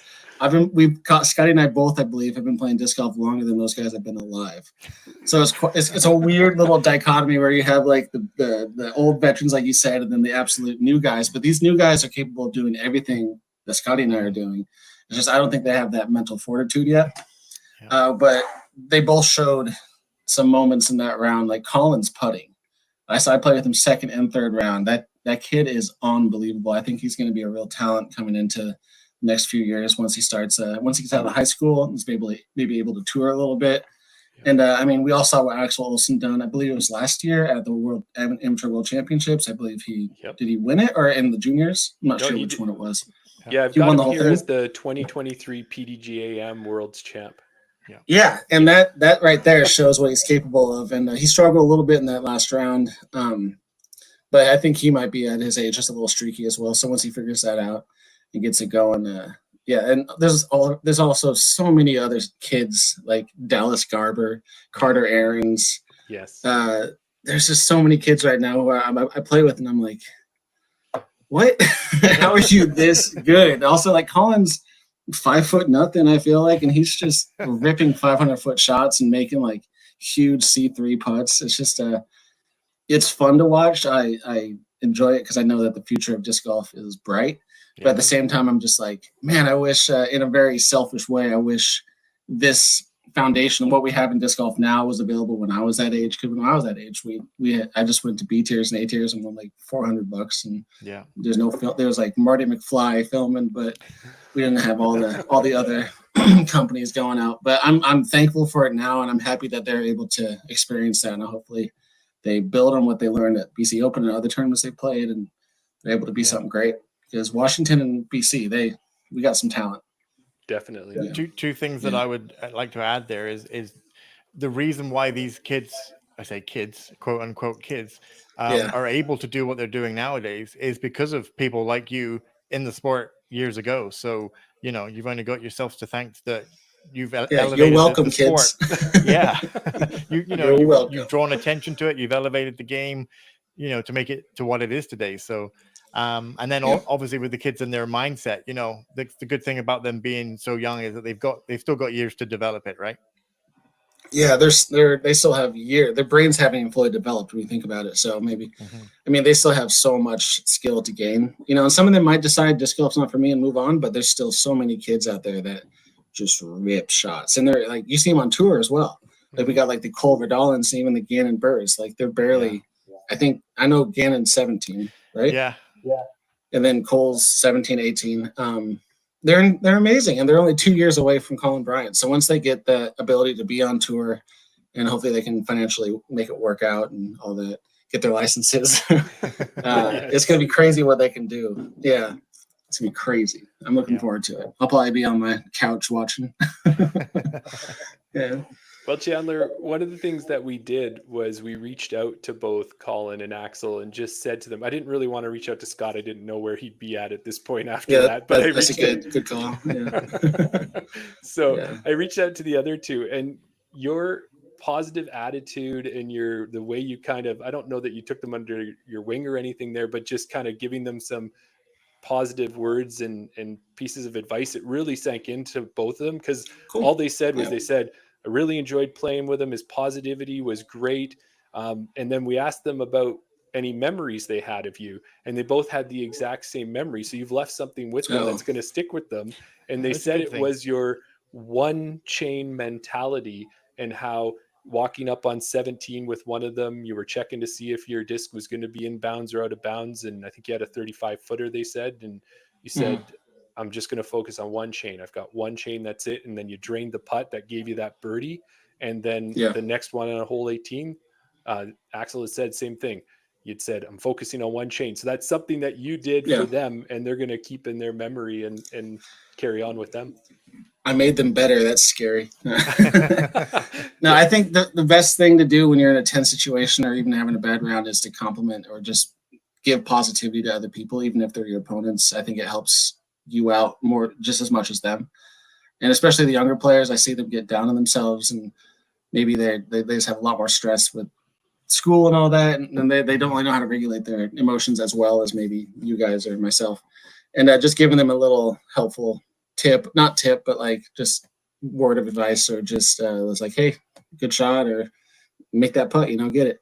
I think that goes a long way with them, more so than if I said that with Scott. But the thing with Scott, like, you could have reached out to him. He would have had nothing but good things to say. We just have, being Oregon versus Washington, we've had a lot of battles, and there's no like tenseness between us, but both of us want to beat the other person. And I didn't, to say that with rivalry. Scott. With Scott, it's absolutely friendly. I love playing against him. Yeah. I was thinking more along the lines as he might have wanted to still kind of just have some time with the round before we started asking him about it. That's fair. It was a tough day for him. So that's very respectful of you guys. There you go. Yeah. Because I came back 7 strokes, but he also helped me out quite a bit in that journey. So good stuff. Well, and Chandler, so when I was looking there, this will be, I believe, your 30th PDGA win. How does it rank compared to the other ones? Is this rank right up at the top for him, or? Yeah, it's right up there. I think it's actually my 31st. 31st. I've won 10% of the tournaments I've entered, which is, I think, pretty low compared to a lot of the other touring pros. But it ranks at the top. It's a special one. I think CCR Open in Michigan, the A tier, was a big one. There's a lot of touring players there, and I came out on top of it. I think I averaged like 10.55 golf, which is the best average I've had. But it's right up there as far as just how fun the event was, how well ran it was, the chance that I got to spend a lot of time with Thomas, my good friend Thomas, and Chance and Ashley. It was just a week and a half of pure joy that was capped with a A-tier victory, and you can't really get much better than that.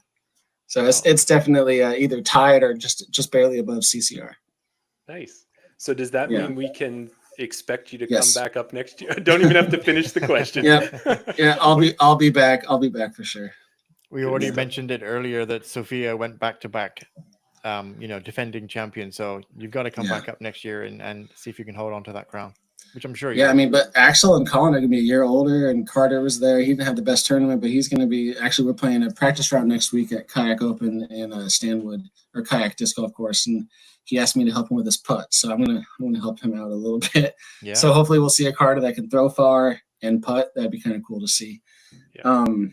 but yeah, I'm looking forward to next year already. I think I'm going to try to tell them not to play the horsey coursey, just because I don't think it flowed very well as far as just in the tournament, but also the day of. There's a lot of backups, a lot of 15+ minute waits waiting for people, and it's just a lot of. I feel like I don't want to. They put a lot of work into that, and I appreciate them giving us 2 different courses to work on, but it just didn't feel like it deserved to be an A tier.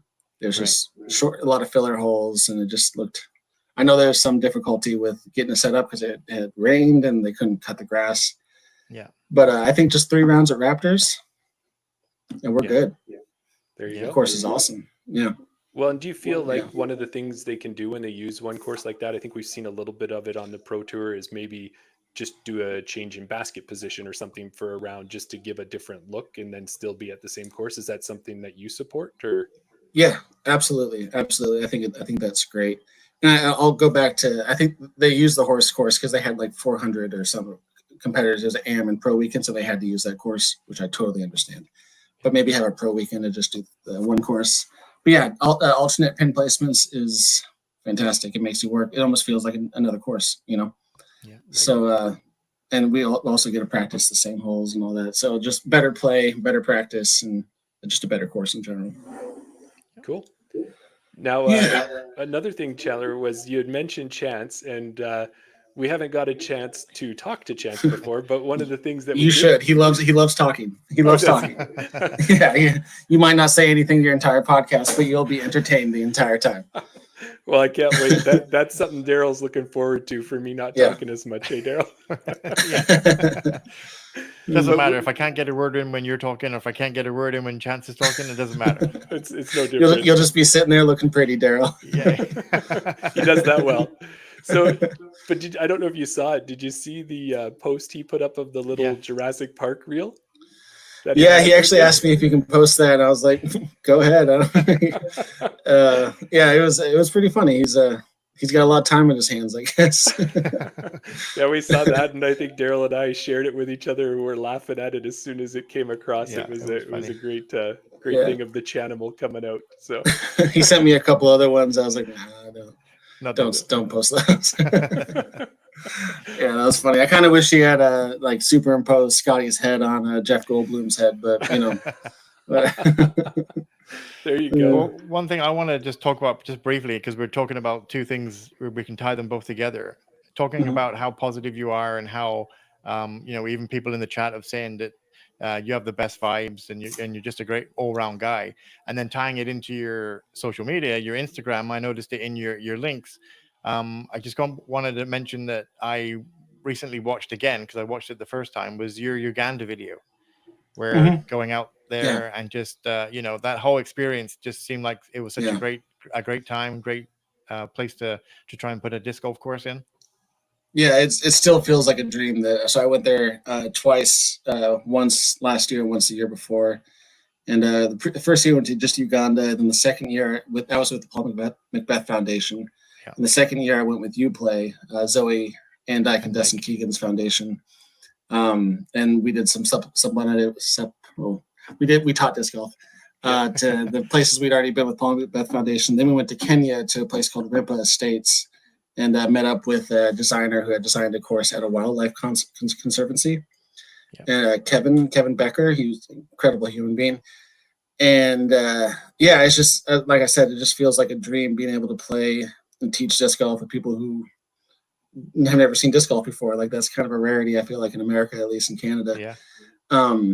And just playing disc golf on a course where there's just a giraffe behind the basket. That's a pretty surreal thing to be able to say, and just monkeys in the trees. It was it was pretty cool, and making new friends with there's Israel is one of the guys over there who I became pretty close with, and he actually took the reins from us, and he's been teaching disc golf for the last half a year since we've been gone.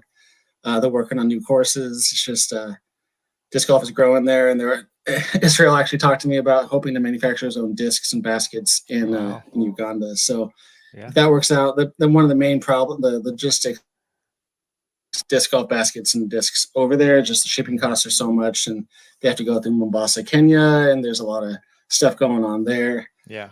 So it's just easier to manufacture in country. So hopefully that'll work out, and it'll grow the sport. But yeah, Right. shout out to Public Bath Foundation and Uplay for bringing me along and trusting me in the whole process. It was unbelievable, and I 100% recommend it to anybody who has a chance to go to Eastern Africa. Do it. It's so cool. And play some disc golf because it's available. Nice. If anybody wants to check it out, go to Chandler's Channamo Fry. Sorry, almost Channamo _ Fry. There we go. Click on his links. It'll see it there. You know, you might have a 400-foot ace, Jeremy. You might have a nice S turn. You might be able to throw it 500 feet. But have you ever played it on a basket with a giraffe walking behind?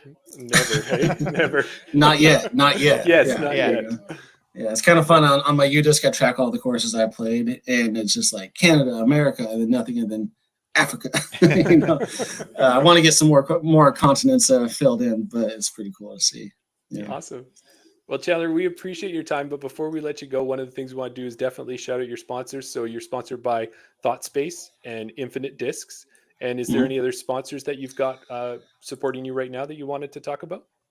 Yeah, absolutely. Whale Sacks. It's Eric Oakley and Tina Oakley's brand.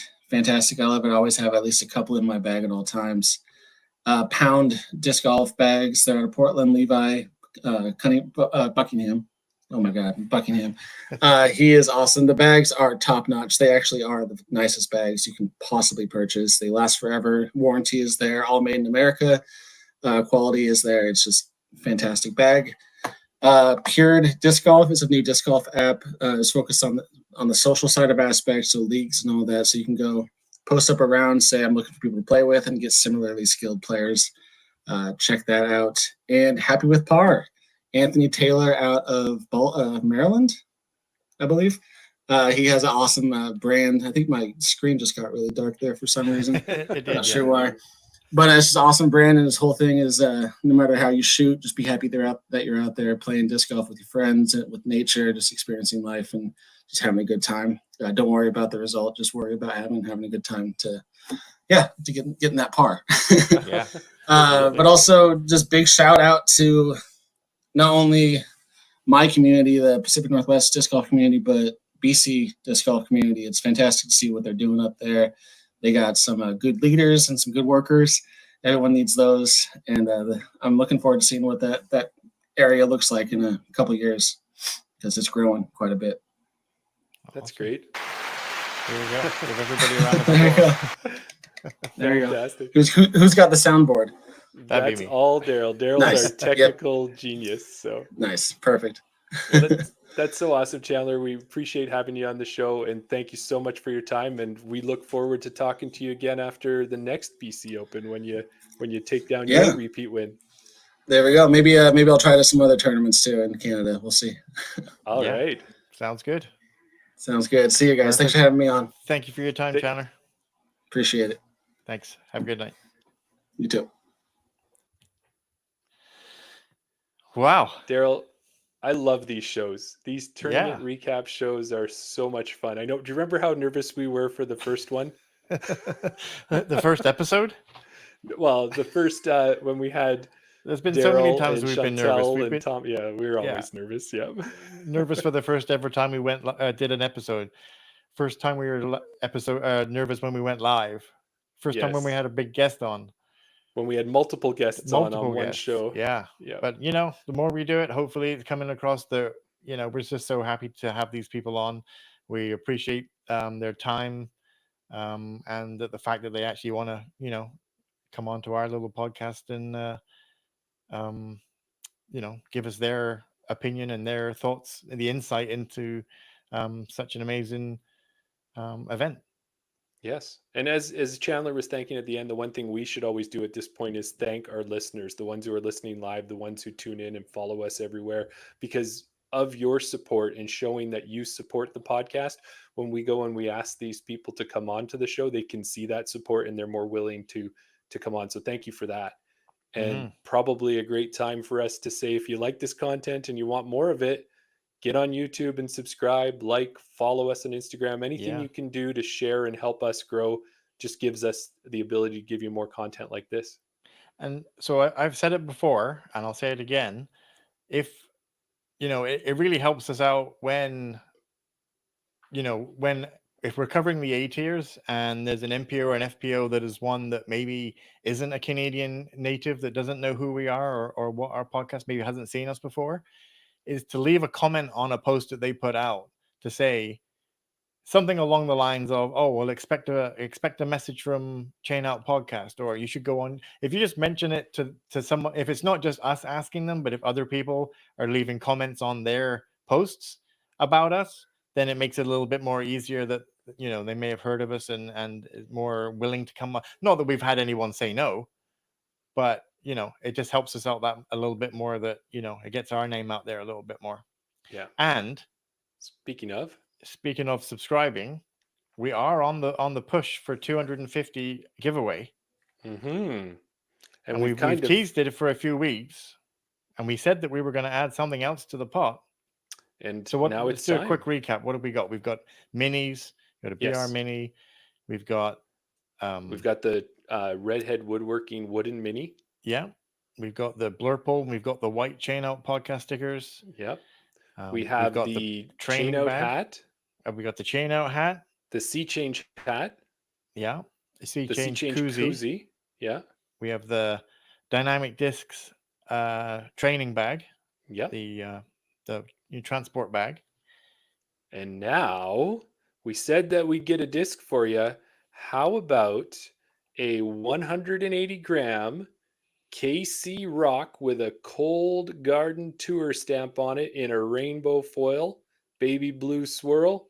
What do you think, Daryl? Should we throw this one into the mix? Oh, why not, Jeremy? That's a pretty sweet disc. I don't have I do have a KC Rock, but it's in DX plastic, just a plain stamp. Not even a stamp; it's a plain top. But that Cold Garden Cup stamp looks pretty sweet. Yes, so we are adding that. I think at some point now we should probably start getting a picture of everything together and give that post out there. So we'll get that out there. You know what? Let me just do this is all live. Okay. Let me just double check, because when we came on tonight. And while Daryl's looking at that, I'm going to throw one other thing out there. Daryl's going to pull this up. But in the meantime, as we get towards the end of the episode, this is where we want you guys to start thinking about a secret word. So start thinking about that as Daryl the secret word takes a look. Currently, we're at 199 subscribers. So we're only one away from 200. Yes. Right? So what I think we should do, I mean, we can talk about this off air, but we're going to make a post. We're going to take a photo of all the stuff that's available for the giveaway, and we'll pin it to our socials so that we have something, you can actually visually see what will be up for grabs. I know we say we're going to do these giveaways. We've still got the gift cards to give away, but we did the last one. Yeah. And then we've got our Discape set of discs. If you've seen that one out there, we're giving that away as well. That'll be to be given away right away, actually. That's still pinned to our Instagram. Go check it out. Discape Discs sent us the Pioneer set. We went out and tested them. We made a short video. Great discs, for a brand new Canadian company.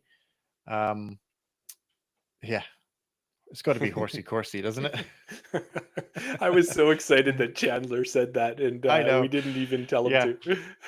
Discape Discs. Go leave a comment. Which disc? Go follow Discape Discs. Go follow Chain Out Podcast. Subscribe. Do all the things. Tag a friend. We will do a draw. We never put a closing date, but we should do that soon. Yes. We will send the pack of 3 Discape Discs to one lucky winner. Yes, we will. There we go. Let's move and if you along, want to, sir. Go look at our links on Chain Out Instagram. Scroll down to the bottom. You can buy us a beer. There you go. That's all I'm going to say. Because this one's getting a little low. Okay. What else we have to wrap up? To wrap up, let's touch on a little bit about the River City Cup that took place here in Edmonton over the weekend. Yeah. So that was a tournament that the two of us got to participate in. We teased it a little bit ahead of time at the beginning. One of us had a really good tournament, the other one not so much. Why don't we start with you, sir? How did it go? Give us a quick rundown version. So MA40, we played Hermitage Longs to start with, and then we had 2 rounds at Rundle Park. First day, I don't really practice the blues, the long pin at a Hermitage, so it was a little bit of getting used to throw that extra 30, 40, 50 feet on some holes. Didn't really go according to plan, but I played to my rating, +7. at Hermitage. No, sorry, plus 11 for 7th. Or was I plus 7 for 11th? I think that was it. I was plus 7 and I was in 11th spot. That sounds right. Yeah. Took it over to Rundle Park, all in the long position. Baskets were long. Got windier, and I had a better round. I shot a plus 4, which is better than what I normally shoot from the short positions at Rundle. Right. Third round came out even better and shot a plus 2. My best rated round ever, an 899, which may not sound like a lot for, Dylan's in the chat and, other people that can throw those 900 rated rounds. But for me, MA40, really happy. Ended up just one shot behind Travis Bouchard. That's right. And we all know how well he can play. But, Yeah. you said all of those wonderful things about your rounds over the weekend. But the one thing you didn't put in there before the 899, so you had that last round. And then what you needed to say was, looky, looky, looky. Daryl shoots an 899. So, Yeah. Congratulations, brother. That was awesome. It was great to see Thank you have that great weekend. Now, for myself, weekend was a little bit rougher. I had some great shining moments, but not enough of them to counteract some of the rougher moments. So my Hermitage round was below rating. My But you did have a Rundle, caddy. I did have a caddy, yeah. A shout out, speaking of dads, my dad came out and he caddied for me on that first day, and I had the only caddy of the card, and he did a great job. Yeah. He brought that card around for me. He was always where I needed, and didn't, he was just that solid in your corner person, and it was fantastic to have him there for me. So thanks, Dad. Yeah. And then second day at Rundle, a little bit rough. I talked about the risk reward. We already talked about it. I went and took a 4 and turned it into a 6. And then on the last round, I shot above my rating and salvaged it and felt really good. It was a great time for sure. Yeah. So the other thing too that we'd like everybody to know about the River City Cup is, one, Tim Plamondon and his volunteer team. Brock was out there. Mike Carey was out there. All of them, they did a great, fantastic job. Thank you for putting on a great tournament. We really appreciated it. I enjoyed it. It was my first time and your first time participating. Yeah. And then the other thing is we had a chance afterwards to do an Instagram live stream of the final card for the MPO. Did a little bit of commentating. Really what did Matt and Andre say? If you want to do it, just do it. So he said, why don't we give it a try and put something out? Because maybe, whatever it is, it's not going to be what they do, but it'll be something that people can watch. And we did that. And then we had a chance to catch the FPO for the final card. We interviewed the winners. Congratulations. MPO and FPO winners. Yeah. Bailey Wilson, FPO winner, and her partner, Jay Sparrows, as the MPO winner. So we had a quick interview with them, you can see. And then the last thing we had was there was an exciting FA40 playoff, and we were able to capture that for you too. So check that out on Instagram. It's all there for you. It was great. Daryl, am I okay to do this? Can I shout out the winners really quick for the rest of the divisions, do you think? Go for it. So we had Jay Sparrows win MPO, Bailey Wilson FPO, Greg Gatsky. If you're in Edmonton, you know that name. He won the MP40. Gavin Beamish, friend of the show and guest on the show, he won MA1. Paul Graff, MA40. We're starting to see that name a lot lately in the MA40 division. He's won 2 tournaments in a row. Yeah. Ali Bundis wins FA40 with that playoff over Tracy. It was a great battle. The two of them really enjoyed that round. James Morton, MA50, Kirkland Bowman, MA2, Kayla Royce, FA2, Joshua Cornish, MA4, Samantha Chilton, FA4, and Alistair Say, MJ15. So congratulations to all the winners. It was great to see all that. Yeah. And that brings us to, or do you have anything else on River City Cup, or are you good? No, I think you covered everything. The shout outs, the coverage that we did, which is great.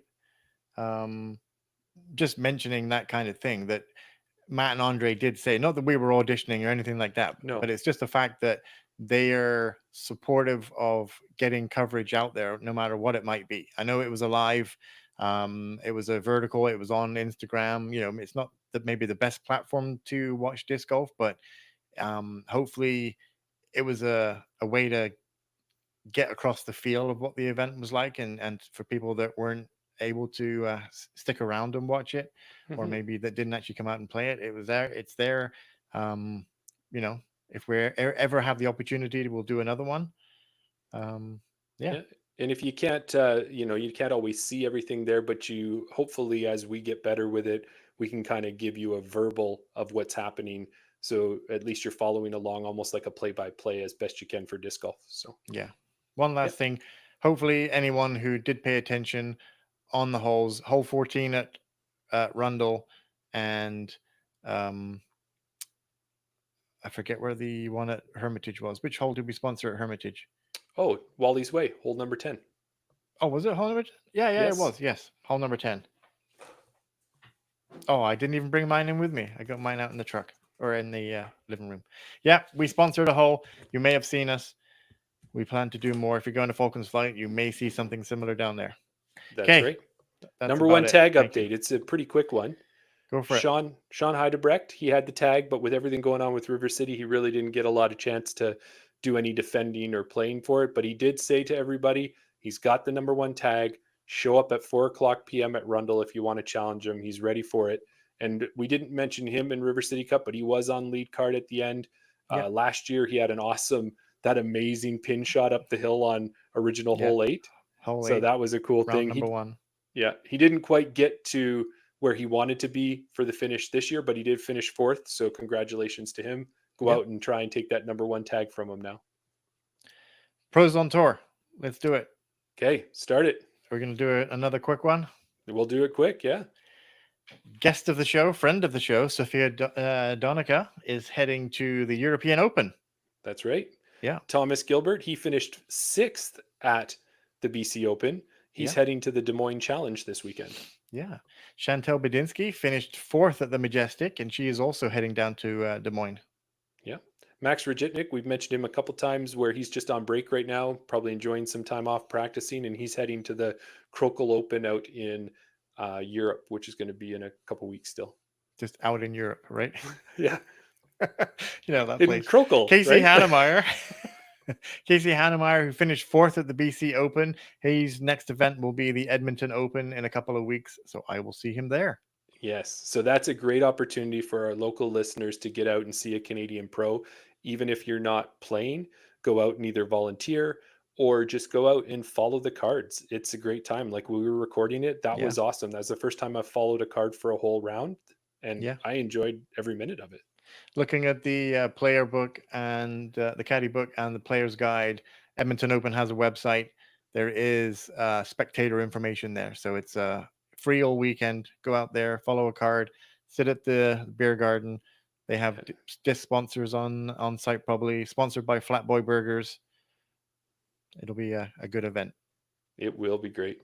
I'm hoping, I'm not playing in it, but I'm hoping that I can scoot away there and maybe caddy for you for a round and see if I can do anything to help you. I did pretty good on my own. I don't know. Maybe you shouldn't throw that shot. Maybe you should throw a backhand hyzer here. All right. Well, you tell me which competitor you want me to caddy for, and maybe that would be the better way to go about exactly, it. Exactly. Right. That'll be a new experience for me. I mean, yeah. Never mind. Let's get on with it. Secret word. I think we got a secret word, don't we? What do we have? We have horsey. Yeah, so it was really good that Sofia called it horsey coursey. And then without even prompting, whether he heard, whether he was listening and heard it, Chandler calling it the horsey coursey as well. That's right. That was fantastic. Okay, so that's our secret word. As always, go back to the video, put a comment in there, mention the secret word, try to bury it in there. Let's have some fun with it. It just shows that you're listening this long, and we appreciate you for whatever you listen to. But if you get this far, another special thank you to you. Exactly. Perfect. Well, with that, I don't think there's anything else to say. No, except for we'll see you next week. We'll have another episode for you. And know what? I'm surprised that he never mentioned. Chandler was saying that he was using his thought space praxis, and it wasn't really working for him at the BC at the BC Open. Right. And you know why? Why wasn't it working? Because he said that he had a couple of upshots there, a couple of throw-ins from about 100 feet. Mm-hmm. And normally the praxis is a good mid-range. You think it's like a very neutral flying mid-range. He would have been throwing it up the basket. Yeah. But whether it's just because it wasn't used to to the elevation change that he's normally throwing it at. But, you know, it was up there. It was gliding towards the basket. He thought he was going to take a gliding towards like one individual chain as we learned. exactly, yeah. Yeah. He thought he was going to get a birdie. It was glancing right towards that basket. It would hit that one chain, but you know what it did? What did it do? There's only one thing it could have done. It's only one thing. Chain out! Thanks, everybody. Thank you. We'll catch you next week.